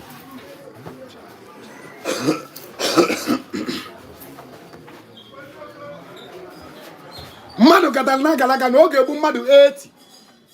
Oge egbu mmadụ 80. Agwa ngị na o nwere ndị bịara ewe ịlụ nga. Ị ma na o nwere abịala ewe ịlụ nga. O nwere abịala ewe ịlụ nga. Nga ka ọ bịara ịlụ n'ụwa. Otu ọ na-abụ a anọkọtala ọkwa Hutch Papi ga-akpọrọ mgbe o jebe ịlụ nga na Amerịka. Ọkwa na Naịjirịa ga-adị kpọlịa. O jebe ịlụ nga na Amerịka otu a ka ọ dị. O nwere ndị bịara ịlụ nga. Ibe imekọtala n'ụwa gị mbụ ebi ụwa ọzọ ịlụwa nga ya, and they will force you to come ka ị bịa lụọ nga. O ji wee bụrụ na a mụrụ mmadụ ọbụla cripple. Aji mụọ mmadụ ọbụla blind. There's a mystery behind that blindness. When you are blind from the birth, from your mother's womb. O si ya bụrụ na doctor lụrụ gị aka n'anya ka eme na alụrụ ụmụaka ndị ọzọ. Gị me na alụrụ nne gị mgbe a na-amụ ya. Ọ bụ sọ gị doctor ha bụ sọ gị ka nye all the profession. It's programmed. This life is programming. They will program that doctor. Na amara eme the professional. Ka ọ bịa meet gị ka ọ lụọ aka kana ka ọ lụọ gị anya maka na ị bịara ịlụ nga. Asị gị na a na-amụ nwa gbajie anya ụkwụ, ọ nga ka ọ bịara ịlụ. O nwere ibe mere o ji wee gbaji ụkwụ. Ọ ibe okwutere n'akala ụwa ya. Ibe na-eketara n'akala aka, ama mmega except ma ibe chi gị kwetara gị. Ibe na-abụ na-eme mmadụ n'ụwa. Two things will happen to you. One bụ nke ị nwetara n'iyi ụwa. Nke ọzọ bụ ibe chi gị kwetara. Kedu ibe chi gị ga-ekweta? Ọ bụ na chi ga-ekweta ka amosu gbuo gị ọsịsọ. Maka na iwe ike actually you are destined to die by 5 in the spiritual realm, but amosu wuze na ya nwebe 12. Chikikwa nyaka ndị ba eji ekwu chikwado ome chikwa ọ bụ na chi ga-ekwero ọ bụrụ izu ọ bụ na agbalụ mmadụ ọ bụ na chi ya nọrọ ya izu ahụ bụ n'efu ka agbalị ya chi gị ga-ebinye aka na nya bụ izu nya gị eji wee dị very very close to your chi chi gị were ụsa wee kwetara gị ọnwụ enwufue ọ dalụ ka ọ bịa ụwa ọzọ chi gị agbakwala uzu beside eri ahụ gịnị ya na olili nọ na ka inye ya ọ ga-ajụ bisa ka nna onye ọzọ ka onye m nli biko sinsi a nọrọ nwa ahụ onye nugo m nli nna ọ ga mma na mpigbulu nwa ka nna ọwụ ọzọ ka onye ọzọ nyewe m nli igwe nwene ka chi gị take such decision when you don't feed your chi maka na ị na-eje Zion maọbụ na ị na-eje deeper life ị na-eje choosing you don't feed your chi you are here mumuyin yourself. Why so many pastors bụ m na-edokwa ebe chibe na be m? So many of your pastors, there's a bad idea. You are there moving yourself. If it's Zionite, you go fly or you go move.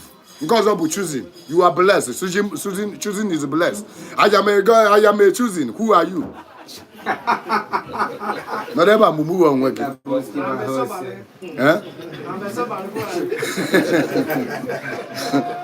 They move yourself. They move yourself. Chigi walusa. Well, na most even you can acquire riches in your destiny, but your chi can change it. Your chi can change it. Makanide nyianli. All the say so. Amosu ga ekwu ya onu. Ndị ajọ mmadụ ga ekwu ya onu. Ogu ọbụna agbọlụ before hit ego hit chigi. Nana chigi ga anogodu. Nana chigi we kpala. Chigi we ajụ ọjụ. Chigi ajụ ọjụ. Kedu ibe mmenye gị? Ị ma na ọgwụ ya eji efi kwe chigi nkwa. Na-enyi efi. ọ na-ada aghọta ihe n'ihu before ndị otu nzuzo ejide gị chiki ka ebuzo voku who are they voking in the coven yochi when they vote yochi pin anya ka ọ rapụga eme a ga-eme amosu jide gị the first thing a ga-eme bụ pin echi gị enyere enyi ebe abụ ga-abụ olie ọ laraba ụla chiki nọdụ ụla chiki ya lara nwa ụla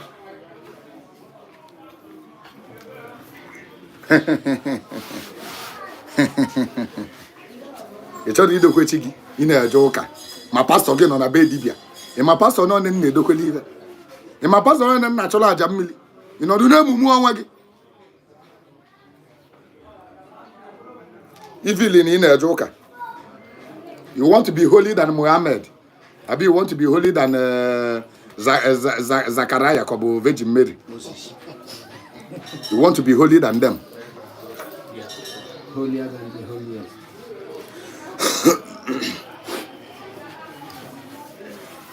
mmadụ katara na agara aga na oge egbu mmadụ n'ụwa igwe onye ka chi gị weta na oge egbu gị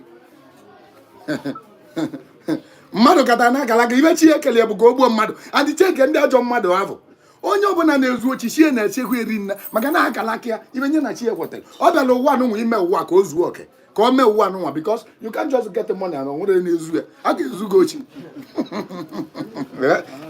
a ga-ezu gị ochi ọ kata na akara ebe ọ bụbu ochi ka ọ kata na akara ka ọ nwe ebe ọzọ ọ na-alụ n'ụwa n'ochi ọzọ gị nye 100 billion ọ ga na-ezu ọzọ enye gbaka bankị bụ ego niile dị na bank ọ ka ga na-ezu ochi ị na-adụ onye ochi ọdụ o were obi na-edekwa ibe gị dịrị na akpa fonu go nke nwa na-adụ ya ọdụ izuzu na onye ochi ya bụga na polis steshọn zuru fonu DPO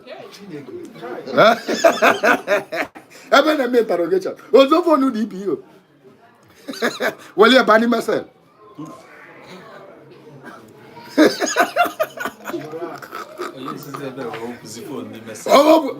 ochi onye ochi dị na-arụ onye gada na agalaka onye ochi ga-ezu ibe ọ na-enidiro ọ ga-ezu ibe ọ na-enidiro maka gịnị ọ katara ya na agalaka na ọ na-ezu ochi ya na DBO fasiga anyị ka ọ bụ move the phone basel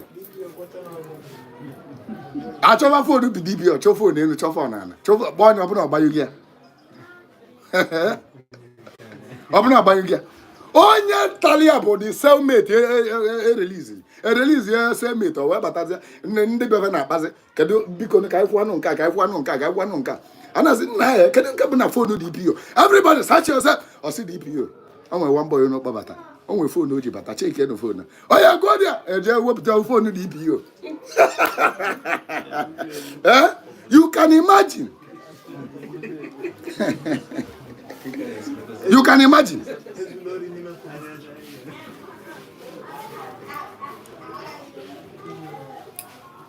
maka gịnị na onye ochi ka ọ bụ ọ katara na agara aga na ochi ka ọ ga na-ezu n'ụwa na ebe ọ bịara ụwa bụ ozuzu ochi nne ka nke na chi gị ga-eji wee dị na mma maka na ọchị gị kwe ka o zuo gị ozuo gị ndị ebu ga-ezu ochi zuru 100 ekecha ebe eke o nwere obodo na-ewere onye ochi otu a ka ọ dị nwere obodo na-ewere onye ala obodo ọ bụla ị na-afụba ndị ala ịma na-efuzubụ obodo niile ahụ otu a ka ọ dị mana obodo kedu ama ọ ga-esi pụta onwe chọrọ ka onye ala si na amụ ya pụta mana iwu bụ na onye ala ya nọ na be unu a ga na-ezu ochi bakasị egbugo ndị ochi eche na-ekpochepụgo akwụkwọ kịta ka ochi nke bụ ochi bido maka na a ga na-atụ ime ochi adị iche ga-ebu na ụmụ nwaanyị bụ ndị ochi kaba na-esokarị atụ afọ ime ọ ka na-arụ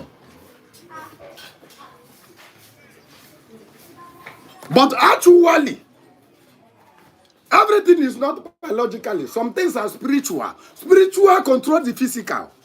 Onye ochi wele ke tu ime. Nwa mara ama nzu ochi. Efuga ebe ome. O na-ezu ochi too much about the man ma the lady. Mana atụlụ ya ime ọmụ nwa ma bụ ọtụlụ nwaanyị ime nwaanyị amụ nwa. The child that is emetu ife mmadụ aka. To show you na ọbụrụ everything abụrụ blood. Everything abụrụ blood. Nyaga ndị wagwa gị na o nwere ndị bịara ụwa ịlụ nga. Somebody bịara ụwa nwa ibe adịwali ya na mma na-aga egwe na year of 25 years ya na ọ ga-ewe accident na aga ebia ụkwụ no Jupiter nga ka ọ bịara ịlụ maka na ibe o metara n'ụwa ya mbụ na o nwere onye nwe otiri ibe tigbuo maọbụ na o nwere onye nwe ọ n'ala ibe maọbụ na o zuru ochi mgbe nwa na o mere ibe nwa they will punish him for that maọbụ na a na-apunish ya maka ibe nna ya metere mmadụ na-alụ nga o nwere ofu ife melụ na be anyị o nwere ofu onye be anyị onye Igbo arịa m dike ga a na-akpụ ya ọ nwụrụ last year dike nụnwa ndị okenye na-akọrọ anyị akụkọ na o nwere ofu nwoke bụ onye ichie ibia ka ọ bụ nna dị oke onye ichie ibia fa niile nọ na-akpakọ dazi fabugolu okonkwo fabugolu fa anụgo nwaanyị ọ bụ na onye nke anụnwa mụrụ nwa mụta ogbi ọ mụrụ nwa mụta ogbi onye nke ọzọ ọnụ nke ahụ na-agba gị bụ true life story melụ na be anyị ịbịa nzukọ gị onye ogbi ọ mụta o webatara o wee kpọọ nye na onye a wee kọwa ọnụ o wesị ya nke nwa na-amụ ogbi nke nwa mụrụ ogbi ịmụrụ nke izu ọbụla ogbi mụọ nke bụ ọbụla ogbi ị mana ibe na ọ gbalị ya o wee lụọ ngị ya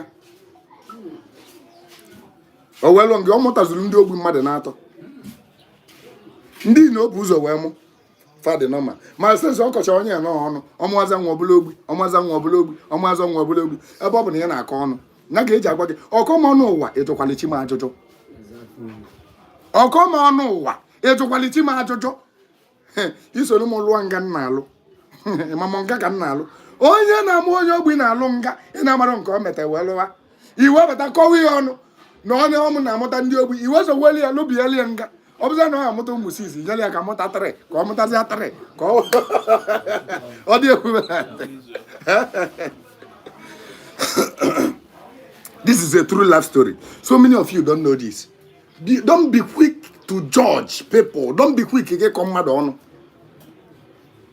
Iwe ike ịkọ onye isi ọnụ ịmụ nwa emute isi ma ebe ụwa ọzọ ebulu isi ka ọ nwaanyị ọnụ na ọ mụtara nwa ka ịma ma nke na chi ya so wee kpa na ịma ma onye nwa kwuru na ọ ma mụta nwa o nwere nwaanyị nwụrụ ebe ọ na-amụ nwa kwuo na nya bịa ụwa ọzọ anya o nwere ebe jikọ nya na nwa ọ bịa ụwa ọzọ nwere ebe jikọ nya na nwa ọ dị adị ụmụ nwaanyị dị very very careful mgbe ị nọ na labor room mgbe ị nọ na labor.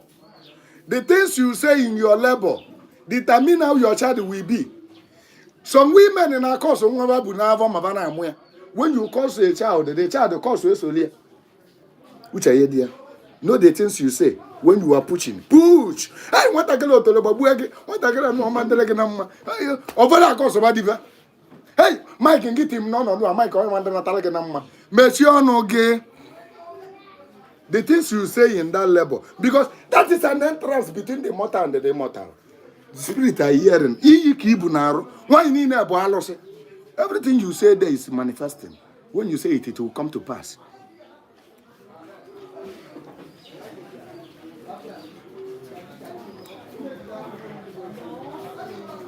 Which I get there.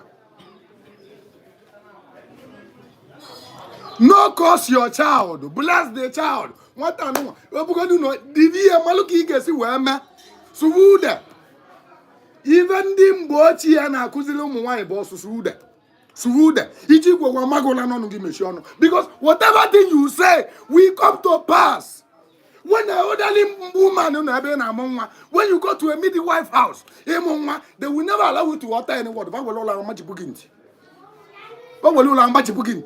You don't say things. So would Ndiki or did again? I think it's why you never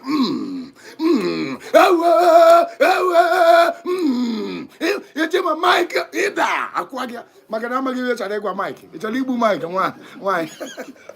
It's a mic motor boy, I'll put a motor boy. Diva. So many of them are carrying parental curse. So many of us are suffering because of this. Your mother lay curse on you when they are giving birth to you.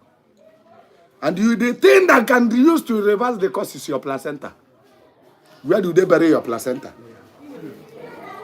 In the olden days, when you born a child, near placenta, for open on anything, you can go there. Where is your placenta? Kebe placenta get it? Where do they bury it? Ofodu Kenya lende doctor. Ofodu ka flush na latrine. Placenta of your baby, where is it?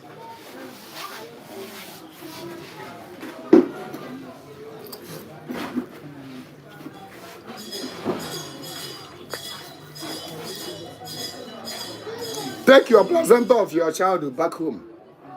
Don't bury it in the city. I have thought about this thing the other time. Take the placenta of your baby. What here me anya me now? Me anya me now? Me bonya me bo. Ide bi na nwo bonko. Ona deka afo ewu. Wali ade na nwo ko bonko me anya me. Emecha anya me kechi anya tinye na ba akwa. Mgbe obuna na lo village je ni anya na ani. Mbosi bulubo bu nwata totagu ebe ni le placenta ya. Some of the three, but the pastor back no evil tree, get your court one. Go and cut to the evil tree in your father's land. Now, placenta was again. The pastor back the witches, the coven, the witches in the coven, they made meeting in that tree. The tree in your father's land is evil tree. Who made that tree evil tree? The pastor was the one that made it evil tree. So the pastor was the one of the witches that is circling there to do meeting against your progress. Because the pastor that is telling you to cut the tree of your placenta is your enemy.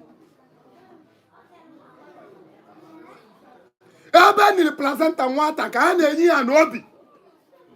Mbosibuligbo. Ebe ka na-enyi ya n'obi. Nyamele adịghị n'obi ele.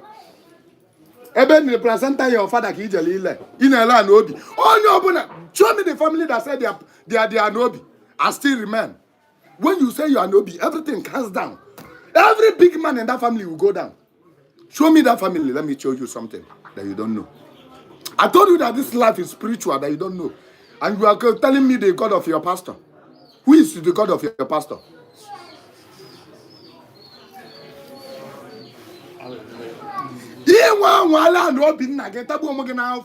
You dare not say your father's land. Do you know things they did in that land before they give it to your father? No matter how wretched or poor you are, don't say you are no bidding a Benage. Can you give to me?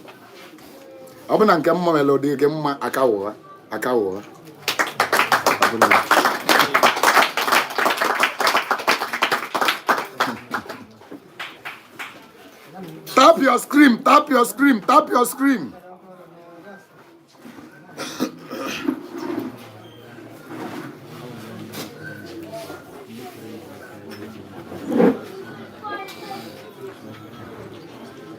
Whenever a child is born, the destiny, a new destiny has been born in that family.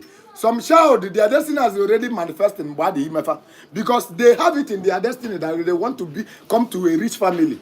When your child, do you know that your child's destiny and your destiny can be fighting at times? Onya go to wedding, but nobody nature mumma. Even the one a evil child, but it's not an evil child in over there. Because a child will get determined, is an near Amandendo, Nanadi 10 years in near one. Chicken and Yabu Chimwata Yabalewao. Nada name will move Yabuata one, Ufugana. Onya get your wagon open and came in Malozo Kalime. I told you that everything that happens in your life, there's a reason and purpose. When they open your eye and you see so many things that is happening, you will be, what if you open at the wrong?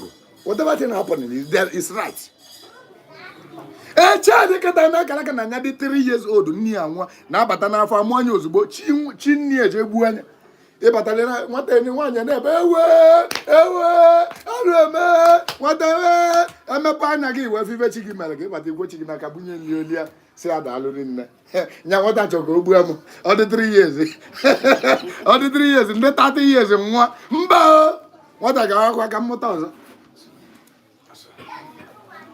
some child who Navama, I got when he went a Kadasha the Bataganavo.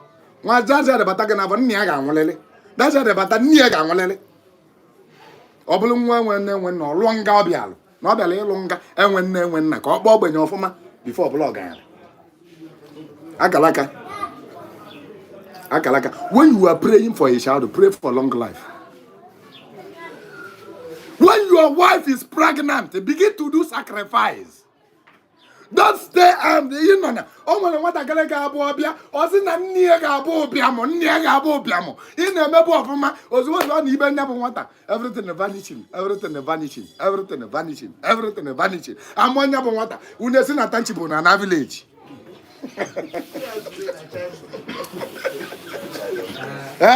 He's an evil child to you, but a great child to the spirit, because obviously he fulfills something.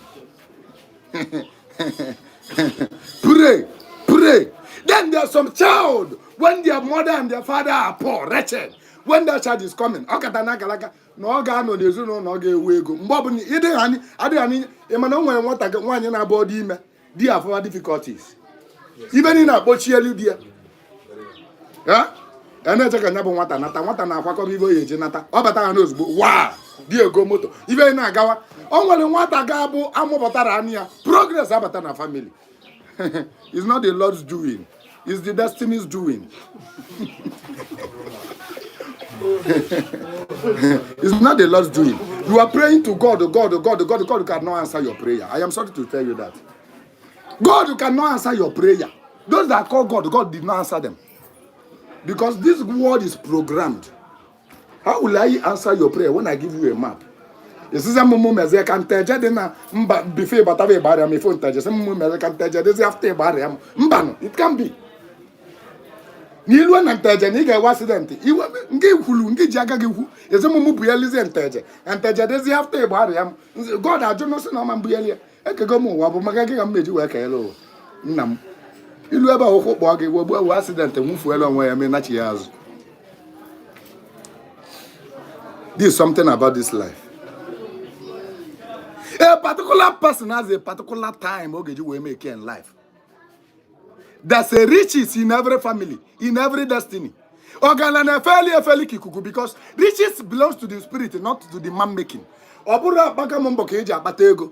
No na akalaka. Akalaka ni na borofu. Akalaka ni na borofu.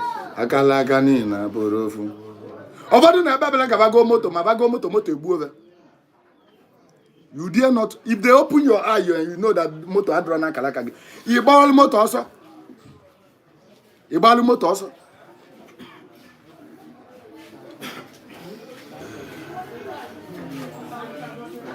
You are an Ogbanje. Igbo Ogbanje. Whether your pastor believe it or not, whether you believe it or not, whether your reverend believe it or not, whether your prophet believe it or not, Igbo Ogbanje. Ogbanje ke Igbo.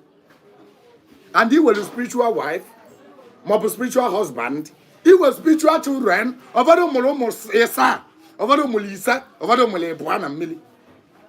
And ovado gano wane nu wana among wana mili.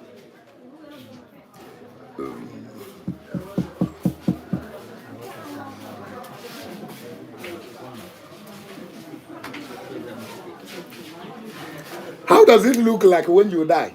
This program will be the next one. How does it look like?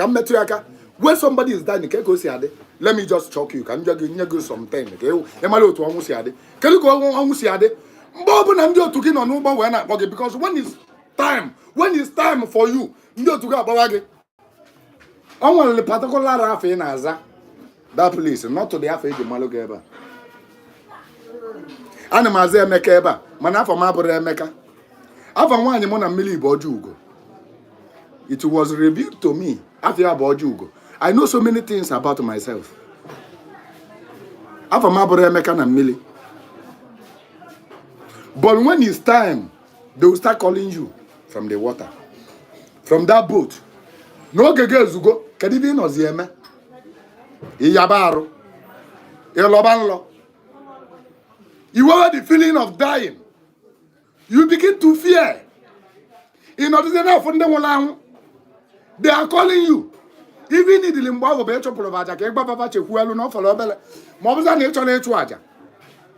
so be it. Mbani baba bakikena afọ mbani ebuta akpati ozu.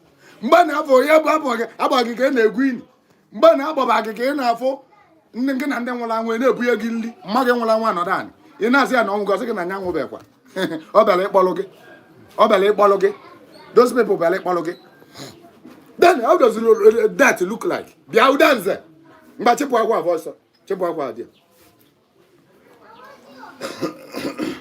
How does it look like? When they are calling you, although that particular date, forget you were Bobugi. You didn't allow me, you didn't have back here for clear. You begin to see clear. You begin to see the dead people clear. Ona de ka onya abekuta gị na-asị ya. Eche m inwugo. Ị nọdụ onye bụ nso, ị na-anụ those voices.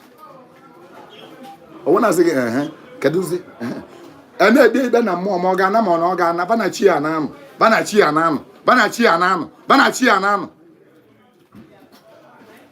o wee lue mgbe ahụ fa wee kpọgide gị onye ba na-agba bụ your soul. There's a soul living inside this body.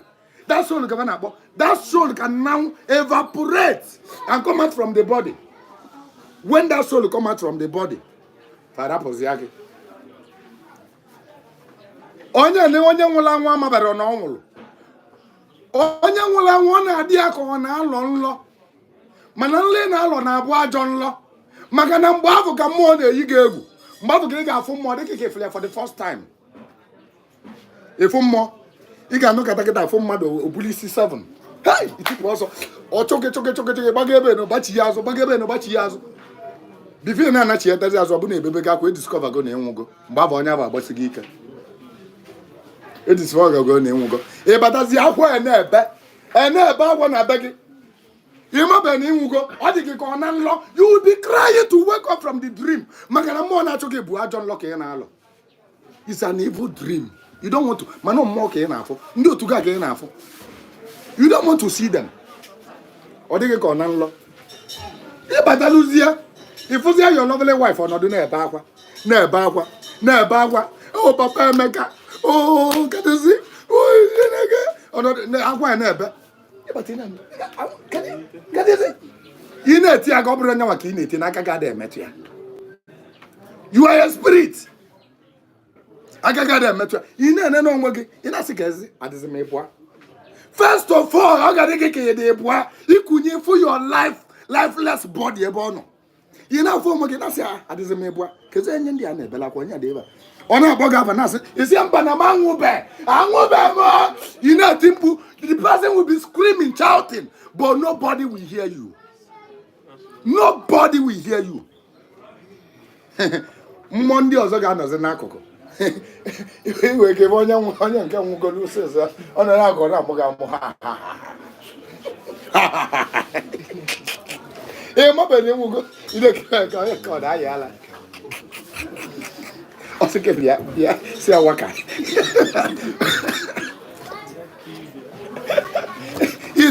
Ewe gị na-enezi ọbala ele anya arụ maọbụ ị na-eneli ya ihe afụlụ something dị strange ị ga-eji ma na ọ bụrụ mmadụ and mmadụ abụọ na abụrụ na-atụ gị ụjọ ịma like ijie nso mmadụ abụọ na abụrụ na-atụ gị ụjọ ọ na-akpọ gị ọ na-akọta ọbịa gị nso ịgbapụ ọsọ ị na-agba ọsọ ajọ nlọ ka ị na-alụ ọ dị gị ka one demon na-achọ gị ọ dị gị ka mmadụ na-alị alị wela aka 20 ọ na-achọ gị ịnọkọta like this ị na-eti I am a spiritualist.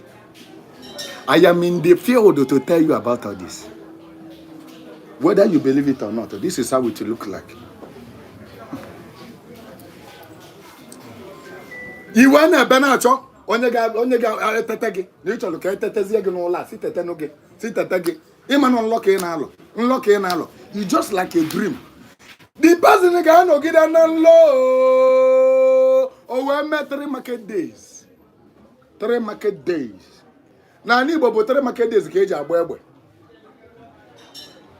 3 market days, 12 days. 12 days ka ọ ga-anọzi.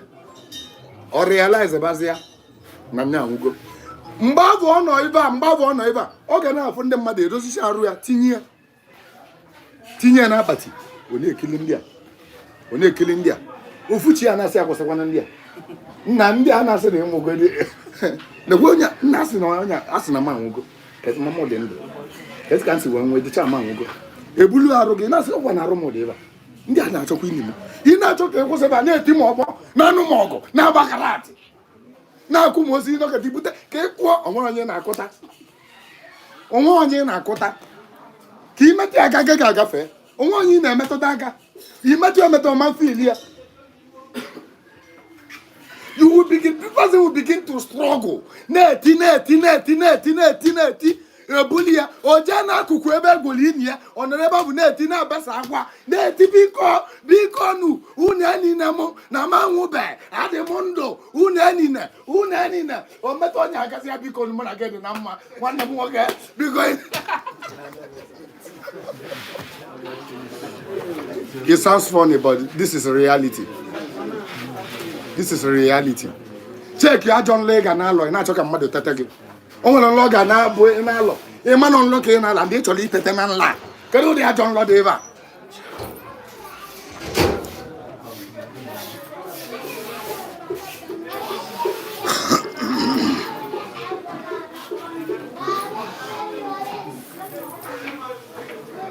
Only a typical saying in here. Enya Bobudi Aja or whatever go. Or when I see to the family with the anger. Oh, Yamako, you were bolo, number Sibulu Bobu, Mother Moro, Edupo was in and above. Oh, Morgan on that premises, I get to prove it. Emalu reason, come back reason. Come back reason. I told you that I have so many proofs. Judge why your mother, judge why your father. Mba ive di otu amelo na beba kedi ive amelo edupulu ụmụazị ụmụ kelekele ụmụaka a na-egote ijele yibebe n'aka kedu reason eje yibefe ijele n'aka ene ibefe ive na-eme mkpọtụ n'aka kedu reason eje yibefe anya wite owu yibefe anya n'aka ụmụaka mụrụ ọfụ yibefe anya n'aka kedu reason is that person onye bụ nwụrụ anwụ spirit ya ka na-akpali the soul Obata ogbago okwu ịmanụ ya ogbo onye okwu ọmanụ ya ịma sọsọ onye na-anụ ive ọ na-ekwu bụ the baby ụmụazị ya n'ebe a na-anụ ive ọ na-ekwu ọ ga-agbagide ụmụazị okwu ụmụazị ya esoro ya na yes they can convince those children ka o so befa maka ọsọ sefa when I'm talking to you dan na mfụzi ọbụla nwa na-agba m na anụ ive m na-ekwu. The only thing but I'm going to disturb in Nabobele nwa cause yozi nnezi mana obele nwa amanzi nwozi ọ na-afụ m ọ bụ ọbụgodị na ọ da-afụ m ọ na-anụ ihe nnekwu nwatakịrị a na-anụ most especially newborn babies they can communicate with them, they can talk to them mana obele nwa agwazi anụ gị ihe na-ekwu o ji wee bụrụ na obele nwa ekwu n'aka bụ anọkata ọmụwa amụ. This is my proof. That newborn baby, can only on Amusamo. Spirit not surrounded her or him. Con Amusamo. A newborn baby cannot get to other. Tigalagua, Okuja, can even a tiawa. Some little children Nabana Gata, on another Naso, Eva von Naso. He or she is communicating with some people that you cannot see. A child who got a lot of Catola, Beba, Beba, Ogana Larola, Ola Catola, Beba. Yeah. Okay, you know, but your grandmother. No, say above. Only Vogagua. Only Gagua Vogagua. A grandmother Gaguia. Only Malo was up Gaguia. Ogbanje afia onye tigi tigalia onye tigi tigbalia onye pegi piagbalia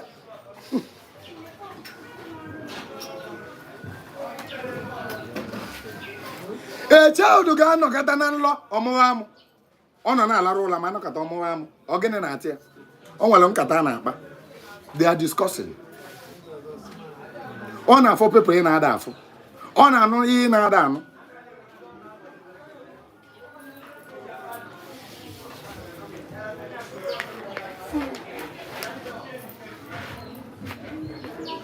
When are this child? Mgbe ụmụaka abido wee gebe nya bụ onye nwụrụ anwụ ntị ịma na ọ ga-akpọgbuve maka na mgbe ọ na-agazi nwatakịrị na-esi ya ọmakata ọ dọpụta soul the boy ma soul the girl from the body osoli epụwa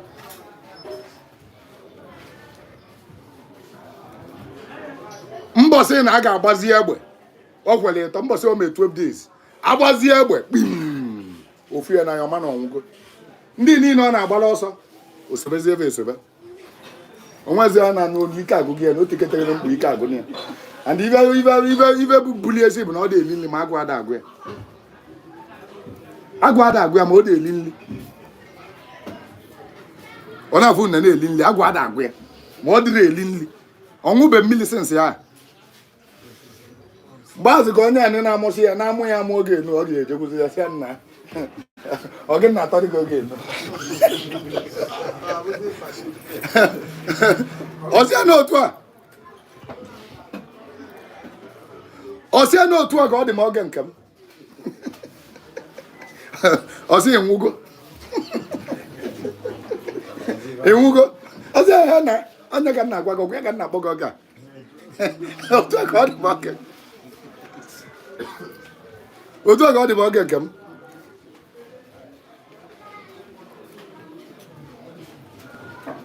ọ bụzi alụ patin ya nna ya nọdụzi ya na-akpa o wee na-akọwali ya ọ ga-abanye n'ụgbọ mana ibe o ji wee nata ụwa ama nzu ezu ibe o ji nata ụwa mbọsị oge ezugbo mbọsị a ga-akwụ ya nye ka o ji wee dị oke mba na ịkwala onye nwụrụ anwụ nọ na be unu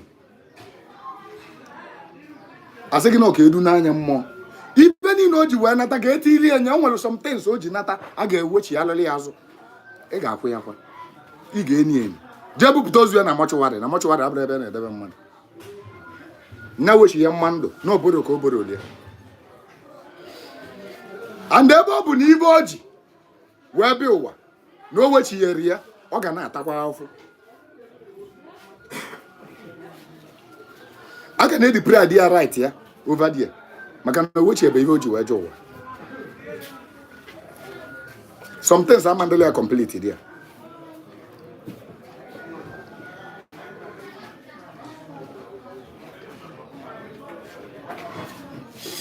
This is how this life is. This is how this life look like. Igbo Ogbanje, iwere akalaka. Onwe ndị na baso wee bịa ụwa multitude. So many of them, let's assume na ini na ebala ụgbọ wee na-eje mme market Ọnịcha. Awelo na mme market Ọnịcha. Mụ nwa chọrọ ije na ọgbọchu ka nje go chu. Nke nwa chọrọ ebe na-ele cotton ka ije gote cotton. Onye nke chọrọ ije gote gold. Onye nke chọrọ ije gote ibe nli. Onye nke chọrọ ije gote nke ọzọ ma bidin material. Anyị wee lu ebe abụ moto ka anyị bụ wee bịa. Onye moto anyị gbara anyị na ọ ga-apụ ebe 5 na 5 na anya anabagokwa ahụ. Onye ọbụla wee fuo oko. Onye ọbụla jee mebe mkpịa. Mụ nwa gwulu na chunu nwa na-eji gote na highest 2 o'clock na m abatago. Onye nke egwu na highest na 3 o'clock na ya abatago. Onye ọbụla ekwu according to the time. Onye ọbụla decide anyị wee pụọ. Unu niile wee ji wee lụzie onye ọbụla wee go onye ọbụla batasịa n'ụgbọ o wee follow some and 4:30 na-akụzi and onye ọbụla abatazigo n'ọsọ m ka ọfọ and abụ m your friend. Unu niile nọ na moto unu niile abajigo moto m ka anyị na-echezi unu afọ m nọdụ ebe afọ na-ekili fim. Kedu ebe ị ga-eme? What will you do? Answer me that question. Can you get me?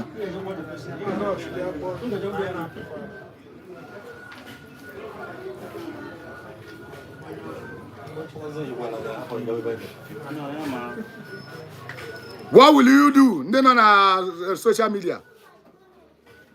Can you get me? Mo abu the only person I follow na the Igbo. Mo abu go no bro so mo mana mo bu your dear friend. Abu mo your friend. Adi je go bata. Ije go bata ofolo mụnwa e chọrọ ka mụ na gị nọdụ iwe ga ndị ọzọ obulu ibu mana ị na-efili bọọdụ ka your friend ezi enyi gị efe ọzọ m ka ebe ị ga-eme you start calling the person ihe bido kpọrọ ya mgbe na a na-akpọ gị bụ mgbe ị na-efesi difficulties mgbe na a na-akpọ gị bụ mgbe ị na-efesi ugly predicament nwaanyị mmiri gị achọta nwaanyị mmiri gị cross from the underworld to this very planet. Obulu na mmadụ na-achọta gị from here to US nke ka ọ na-achọta. Eh?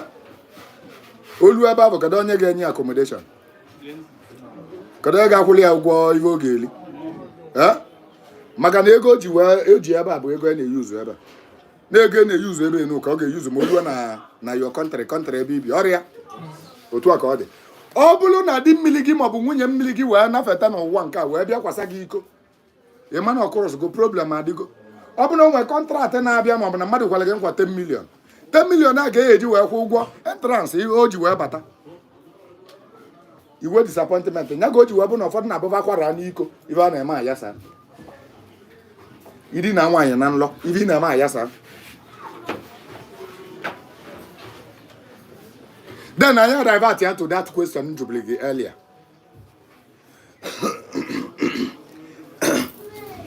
Let's assume na ugbo anyị ga-apụ ebe 5. Mangu nwagwulu na ị ga-anata ebe 3. And no kugo 3. Anyị nwa bụ ndị otu gị nọ n'ụgbọ wee gbawa gị na phone weli phone disturb ọba gị.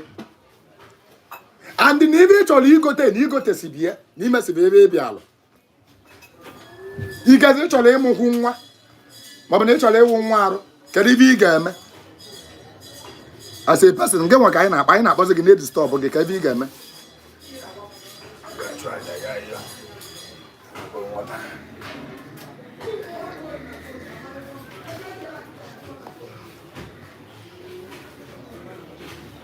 What will you do?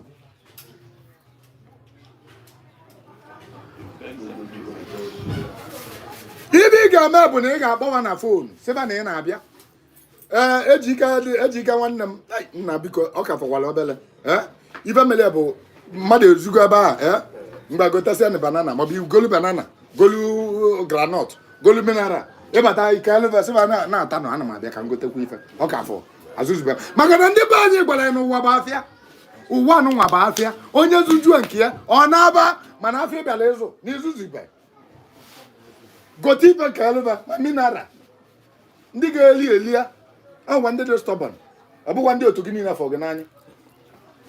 Ndị niile ha nke na ya nọdụ n'ụgbọ onwe ndị bụ your men kaba ndị bụ your friends ịghọtago onwe ndị bụ your bestie nwanne bụ na ife gị na-awa ovi iwe ịghọtago.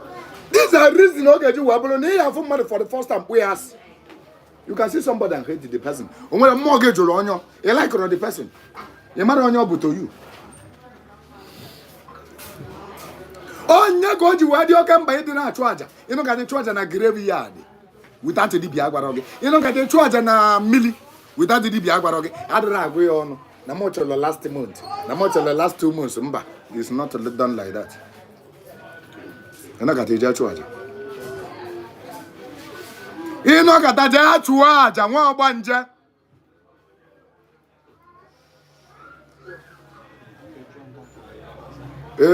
Nwa Ogbanje ijede were owu n'igwuru na-akpụ. Nwa Ogbanje ijede were owu n'igwuru na-akpụ. Nwa Ogbanje ijede were owu n'igwuru na-akpụ. Owu n'igwuru na-akpụ ijede were owu n'igwuru na-akpụ. Ọgwa na owu igwuru na-akpụ nya ga-agwala bịalụ ka odokwe. Kwando owu igwuru na-akpụ nya ga nzu bịalụ ka odokwe. Ọgwa na owu igwuru na-akpụ nya ga Ogbanje ji na-akpọ n'oge. Nwa Ogbanje ijede were owu n'igwuru na-akpụ. Nwa Ogbanje ijede were owu n'igwuru na-akpụ ewu. Owu agala ụwa gị ijede were owu n'igwuru na-akpụ. Ogbanje malụ mma bịanụ ka m gwa gị ijede were owu n'igwuru na-akpụ ewu. Owu agala ụwa gị ijede were owu n'igwuru na-akpụ. Jee tụlụọ ndị otu gị ka ọ bịa m n'ọfụ onye nwere ajụjụ ka ọ jụọ. Nọmba ị ga-eji wee weta m bụ 08065203774. Nọmba bụ the only nọmba ị ga-afụ na social media. acha m iji oghele nwa wee na-elotara gị na olili eze nwaanyị Sọbalị ga-abụ na 4th and 5th January 2025 ga-adenye deeti ofu ebe. Olili n'ụwa dịka otu anyị si emeli emeli.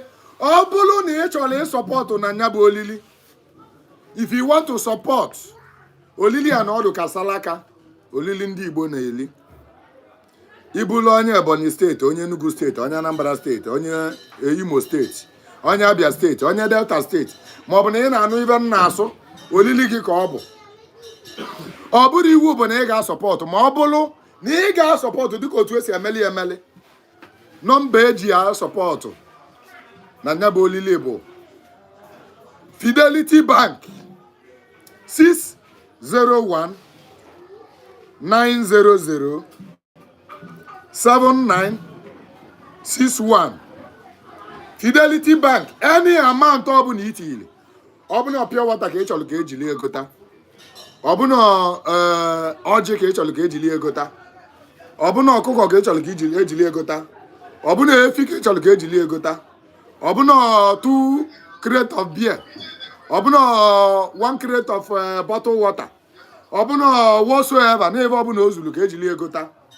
Itinye ego abụ ọ bụ na iti isi anya na ife ị ga-eme na ọ bụrụ mmadụ ka ị na-etile ego na mmụọ ka ị na-etile ego. Kute mmiri n'aka gị, fesie pozishọn ebe anyanwụ dị. Kpọọlụ m eze nwaanyị Sọbalị ugboro na-atọ. Kpọọ eze nwaanyị Sọbalị ugboro na-atọ, gwa ya afa gị, gwa ya afọ obodo gị, gwa ya na ị na-etinye so money maka olili ya, na ị na-etinye so money maka olili ya. Na olili nụnwa ị na-etinye ego na ị chọrọ gị ibe dị otu a ka ọ meelụ gị bifo ị na-eli nya bụ olili, na elighekwana nya bụ olili, ibe dị otu a nya meelụ gị na nya bụ olili. So many people a na-egozili moto tata bụ ndị bịala olili ya last time. Kwado ka ibi olili a. Akantụ nọmba bụ 601 900 7961 601 900 7961. Ọ bụrụ mụnwa ka ọ dịla, ọ bụrụ mụnwa ka ị na-eti, ọ bụ mụnwa ka ị ga-akpọ ma itinye ego direct ya to alụsị itile ego ka ọ wee malụ na itile ego. Gwa ya na osidi ka iji ego a wee so, iji ego a wee na-emesala aka maka olili a. Olili a nụnwa bụ ma mmụọ ma mmadụ na-abịa jili ya save onwe ya. Ọ bụrụ iwu bụ na ị ga-etinye. Adịrọ m ayọ gị ego maka ndị gasị na mụ na ya ego online. Adịrọ m ayọ gị ego. Ibe ji wee kwuo anya bụ na last week na ndị mmadụ jụwalụ ese dị akaụntụ na ba chọrọ ịsọpọtụ dị olili. A na-eme ya every year. Ọ bụ na ị chọrọ ịsọpọtụ na dị olili, 601 900 7961. Kpọkwuo eze nwaanyị Sọbalị, ma ọ bụ ịkpọọ nọmba m after the program ka ese ọbanye Sọbalị phone ka egwu ya na itile ego maka olili ya. Mgbafọ ndị chọrọ ịjụ question, nọmba ihe eji wee weta m ka mụ na gị kwuo kịta bụ 080 65 20 3774. Onye ji phone?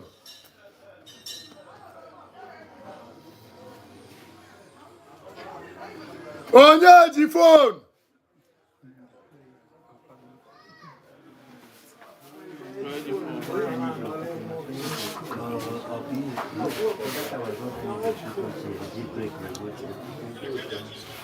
Zero 80 65 20 3774 but my only number on the social media.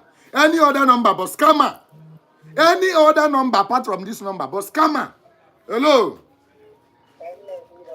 Nada, look at email. Dalo. I'm a larger G-way.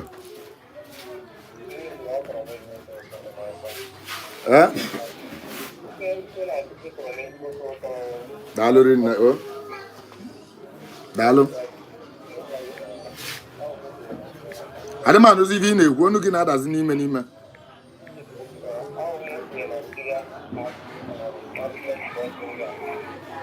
Ebe Nigeria pastor. Okay.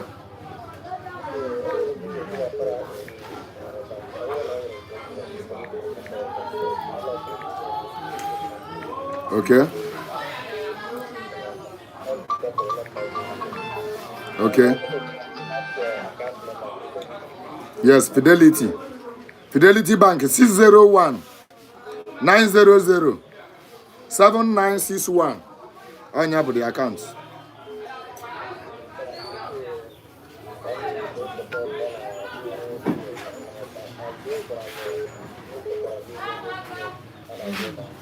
Okay. Okay.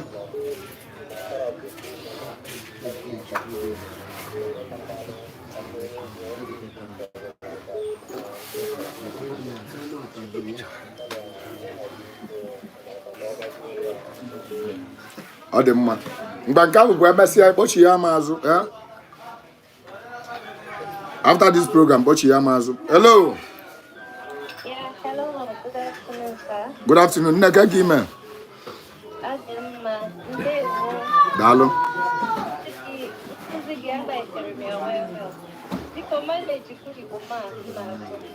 Mgba nso ọ bụrụ na ịsụ nwere Igbo ịsụọ nke mma ịsụọ Igbo anụmanụ kwuo Igbo na ma bụrụ iti. Okay. I watched your teaching. Daalụ. Go ahead.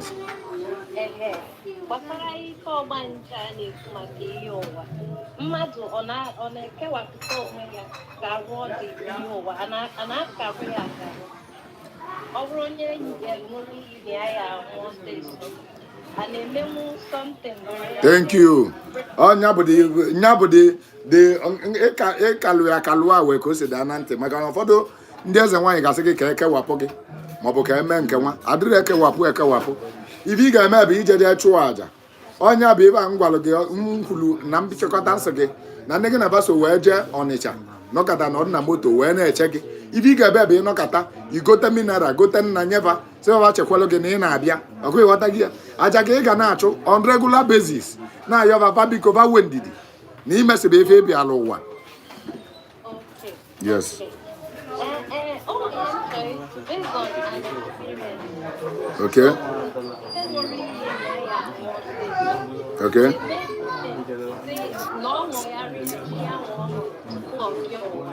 Okay.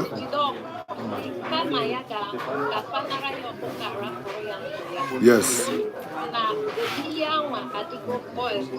Ihe ahụ adịbere boiled. Mana dị iyi ọ ga-eme dịte na imelụ mgbe ahụ ga-eme achieve tutu ya iji ọkụkọ gbaalụ ndụ gị obere oge balichekwa ọkụkọ va abịa ọzọ. So continuously ka ị ga-eji na-achụ dị aja. Very reasonable question ka ị na-ajụ ebe a. Daalụ. Very much, I appreciate it. Daalụ. Hello. Good afternoon. Ka gị ime? Daalụ. Daalụ. Daalụ. Daalụ nna m, daalụ rinna. Okay.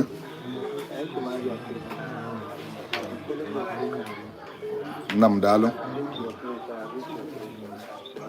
Daalụ.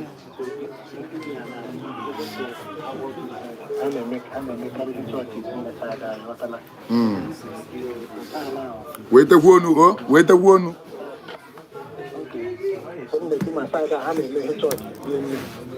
Ndị side unu.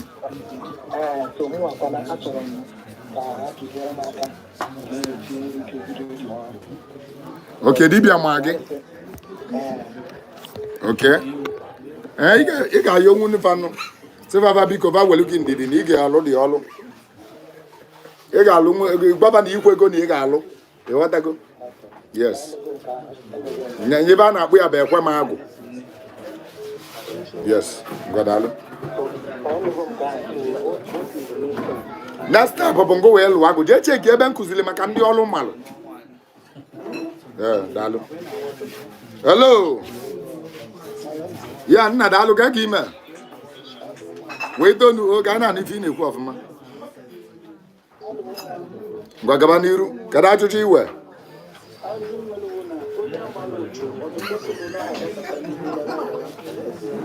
Ọdụ bụ ụchụ ka ị gbọ ya makwa ihe meaning of ụchụ. ọ na-agakọta n'iru dawa adawa. Yes, ọ na-eme. Ngwada. Aja gị ya achụ, ụwa ụchụ. Daalụ. Hello. Hello. Good afternoon. Nna daalụ. Wait onu oge anyị na-anụ ife ị na-ekwu ọfụma. Good afternoon, daalụ. Mama phone na-adazi n'ime.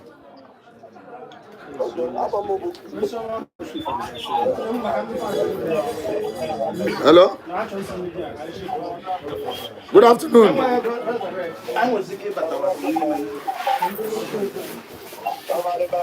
Somebody do baba. Dalo.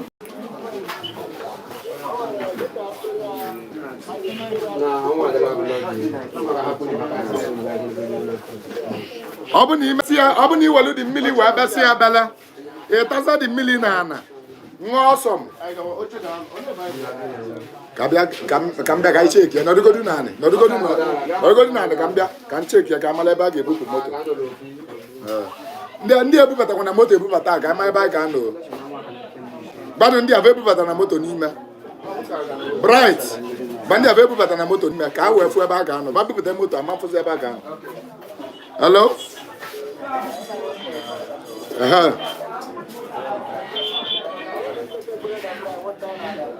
Ịṅụ nke ọzọ aṅụ. Fesa ndị ọzọ na-arụ gị daalụ. Hello.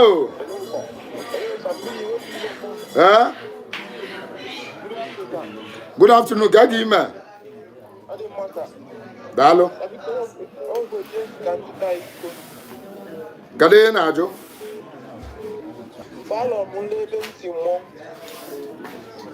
Ebe iti mmụọ ịma na ihe eme dibịa jee lụọ agụ.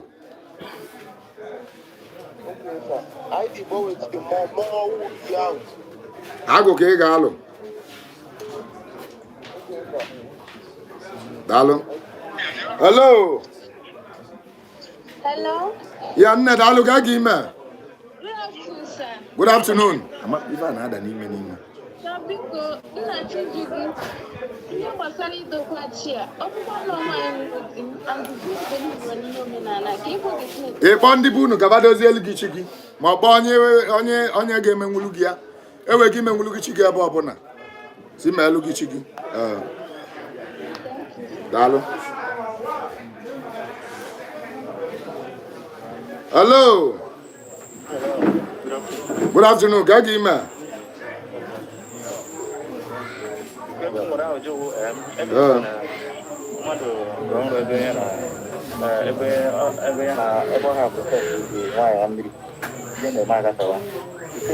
Jee chụọ aja na mmiri na ọ bụrụ nlọ ka m bịara ịkọta.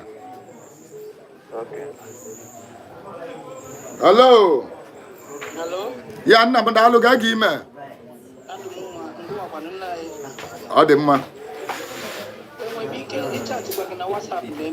Yes, ọ dị possible. Mana mgba nsogbu adịrọ. Mmiri ewili adịrọ agba afa online. Maka ise ndị ala mmadụ 10,000, 20,000. Mmiri ewili adịrọ achaji ego ịgba afa. O nwere onye zitere mmadụ ebe a n'anya ọsị ya na onye o zitere n'ala ya 1 million si na mmiri ewili n'ala ya. Ọ bụ ụgwọ mụ. Hello. Good afternoon. Ga gị ime. Daalụ.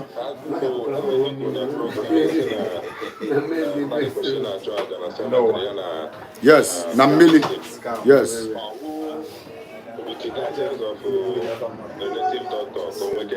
I nwere ike iji aka gị ịnọkọta ịga ma ọ bụ na ego ihe enye deti dọkịta adịrọ.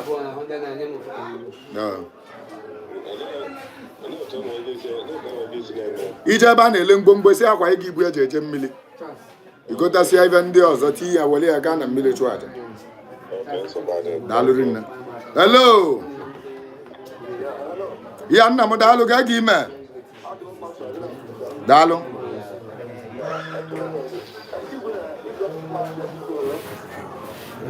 Ana m anụ.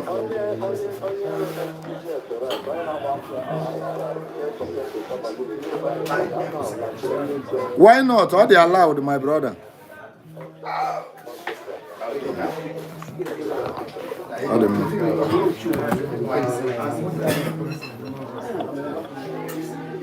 Hello. Nna dalu ga gi me. Dalu.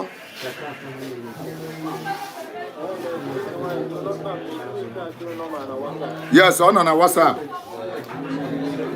Ofu onye na-ajụ na comment section ọsọsọ mmili gị ọ bụla ọsọsọ mmili gị mmili ọbụla adịghị nso nọdụ ebe a bụ okuzie mmili bụ unu. Hello. Ya nna daalụ ga gị ime. Daalụ rinne. Daalụ. Okay.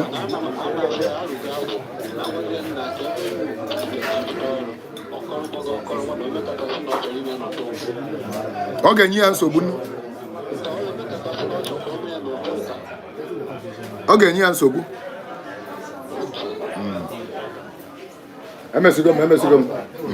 Hello. Hello.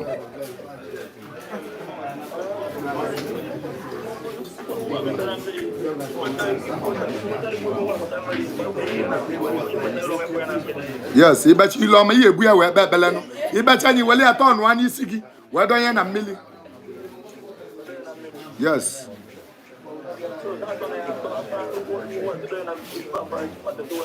Ibesi ekpele wee tọnụ anya isi gị wee donye na mmiri.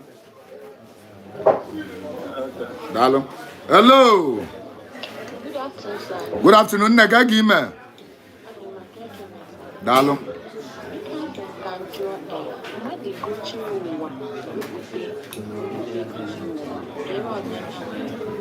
Oge mụ amarakwa n'anya nke ahụ nne m. Amara m anya ndị be anyị adịghị egwu ihe ụwa nọ ngwapụ ka anyị na-akwapụrụ ihe ụwa iwe. Daalụ. Hello.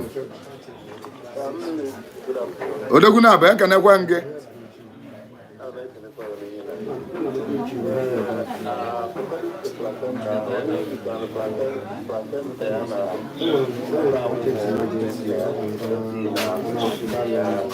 Emego the mistake already.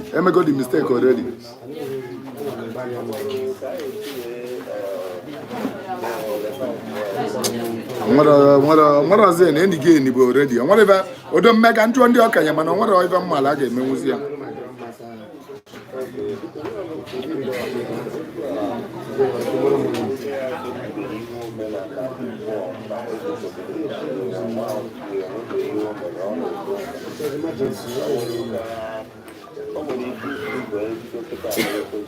Yes, ị ga-emenwu ya.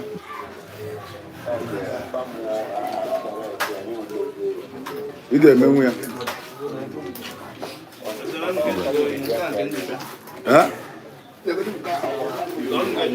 Mpage ọbụna mpage ekwere ị ga-ebido nu ọbụna ọ na-eje ụka na ọkwere mbụ wee bido nke gị.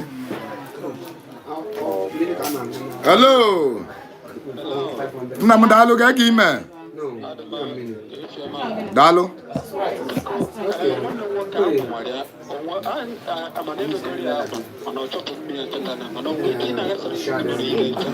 Ọ ga na-egbulu anụ. Yes, daalụ. Hello. Nne m daalụ ga gị ime.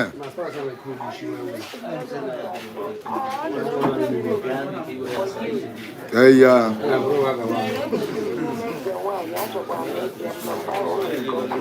Ya abịakwa nke this time. Ya abịakwa nke this year. Daalụ.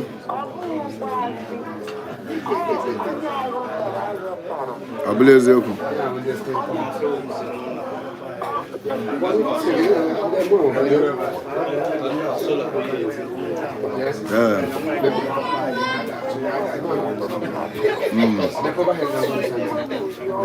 Yes.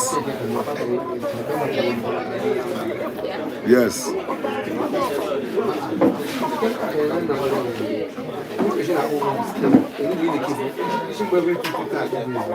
Oi, Fábio.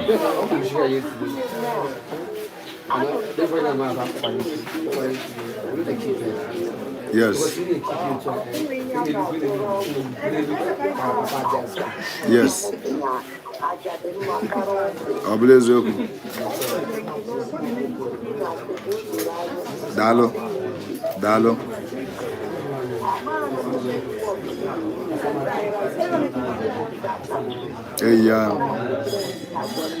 Eya, dalo.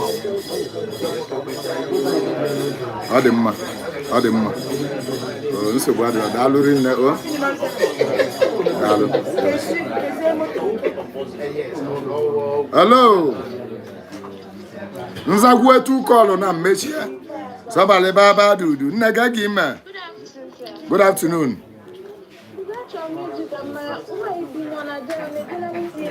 Nwaanyị dị n'ime na-eje na mmili achụ aja, nya kachacha achụ aja na mmili. Nwaanyị dị ime ga-aja chụọ aja, nwa ọ na-amụta ka ọ na-egbu n'ihe ka nya da-anwụna n'afọ ime ọjọ ịmụ nwa ka ọ da-anwụna. Nwaanyị dị ime kwesịrị ịchụ aja ugboro na-atọ bifo oluo ịmụ nwa. Mgbe na ị nere anya ọ bụ na ịdịgo ime ije chụọ nwa, ọ bụrụ nwa ga-anọ ka ọ nọdụ, ọ bụrụ na ọ bụ ọma nnọ ka ọ pụọ, ọ bụ nwa ga-egbu gị ka ọ pụọ. Nwaanyị dị ime bụ afọ ime na-eme na oluwego ọja chụọ aja ka ibe da-akpọchi n'elu di ya tupu ọ mụọ nya bụ nwa. Nwaanyị dị ime bụzi ọchọ ịmụ nwa, ọ chụpụ aja na mmiri, ọchọ ịmụ nwa ka isi ya pụta, ka isi nwa pụta. Maka na ụfọdụ ndị dibịa ga-asụ na nwaanyị dị ime ada achụ aja na mmiri. Ibe mma nwaanyị dị ime na-adịrị eje bụ burial ground. Ịma ndị eduje mana a ga-achụ nwunye aja na burial ground. Thank you. Daalụ. Nzagwu etu kọlụ mechie. Hello. Good afternoon. Ga gị ime. Daalụ. Daalụ.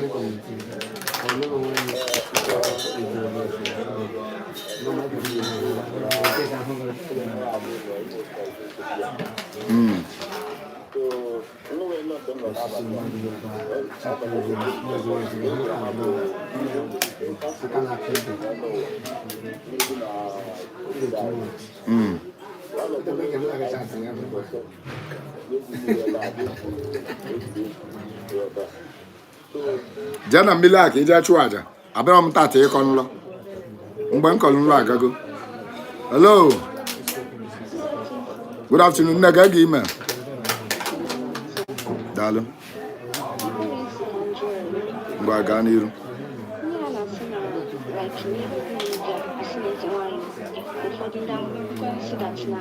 Iwe ọkpụkpọ oku. Yeah. Ụka. Ọ bụ na ndị otu ga-akwado ka imebe n'ụdị ụka imebe.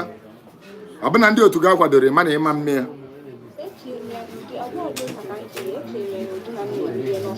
Ị na-eme ibe nọọsịn. Ebe niile bụ ọzụzọ ndụ mana o dipendịla. Ọ bụ na ba chọrọ ka ị na-eyi akwa ọcha. Ị ga na-emekwa nọọsịn na-eyi akwa ọcha. Ị ga-enwekwa ndị na-akụrụ mgbịrịgba ma ịpụta ụtụtụ sị ba bịa tọọ ọjị, ba bịa tụọ nzu.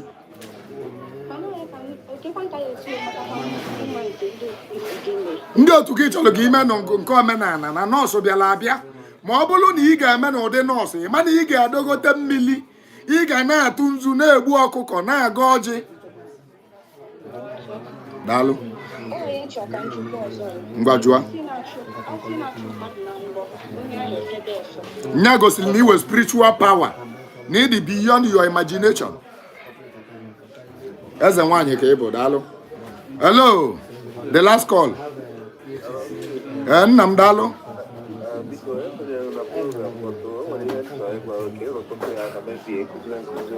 Ka ya dị ya.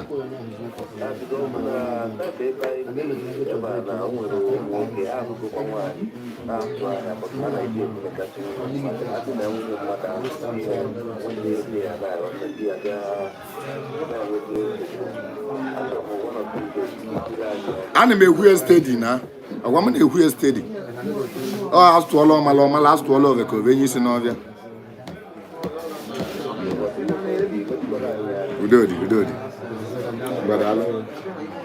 Hello. Nna daalụ ga gị ime.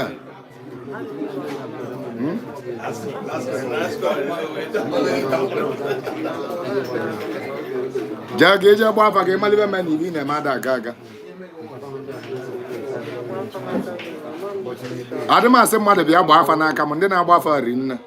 ọ bụzi na n'ọbe m ka ị chọrọ ebe bịawa be m adịkwa m agba afọ online ana m alụ ya na mkpu adịrọnụ m agba afọ online onye si gị nye 10,000 ka ọ gbalị gị afọ online ma 5,000 bụ onye ochi akaụntụ ọbụla ịfụlụ na-eburo nọmba rịpọtụ adị akaụntụ nọ skama daalụ mgbe ka emesịanụ ụmụnne m ana m ekene unu onye dị n'ichi ọzọ bịa onye chi na-azọ onye na-azụ ọnwụ ya olili eze nwaanyị Sọbali bụ na 4 and 5 January 2025 mee ka echọ na ise evulu date of this olili ime isi na ya nke na family gị solo bịa anya kwado olili ya nụnwa ka ebia na your life ga-adị transformed o nwere imili nkịta bịara ya tata nụnwa bụ abụlụgo ka ona imili nkịta bịasịrị ya nwa nwa imili nkịta bịasịrị ya agba ọfọ ya mee ka echọ na ịbịala olili ya ogowe ezinụlọ gị ma gị ma your family bịawa na olili a bịa olili a na ibe ọma ga-eme ọ bụ na ị chọrọ ịsọpọtụ nya bụ olili akaụntụ nọmba eji asọpọtụ ya bụ 601-900-7961 Fidelity Bank Daniel Emeka Ofieli without that account number itinyekwana ego na akaụntụ ọzọ ana m ekene gị ibe dị mma meelụ gị ka emesịa na ka ọ dị na oge ọzọ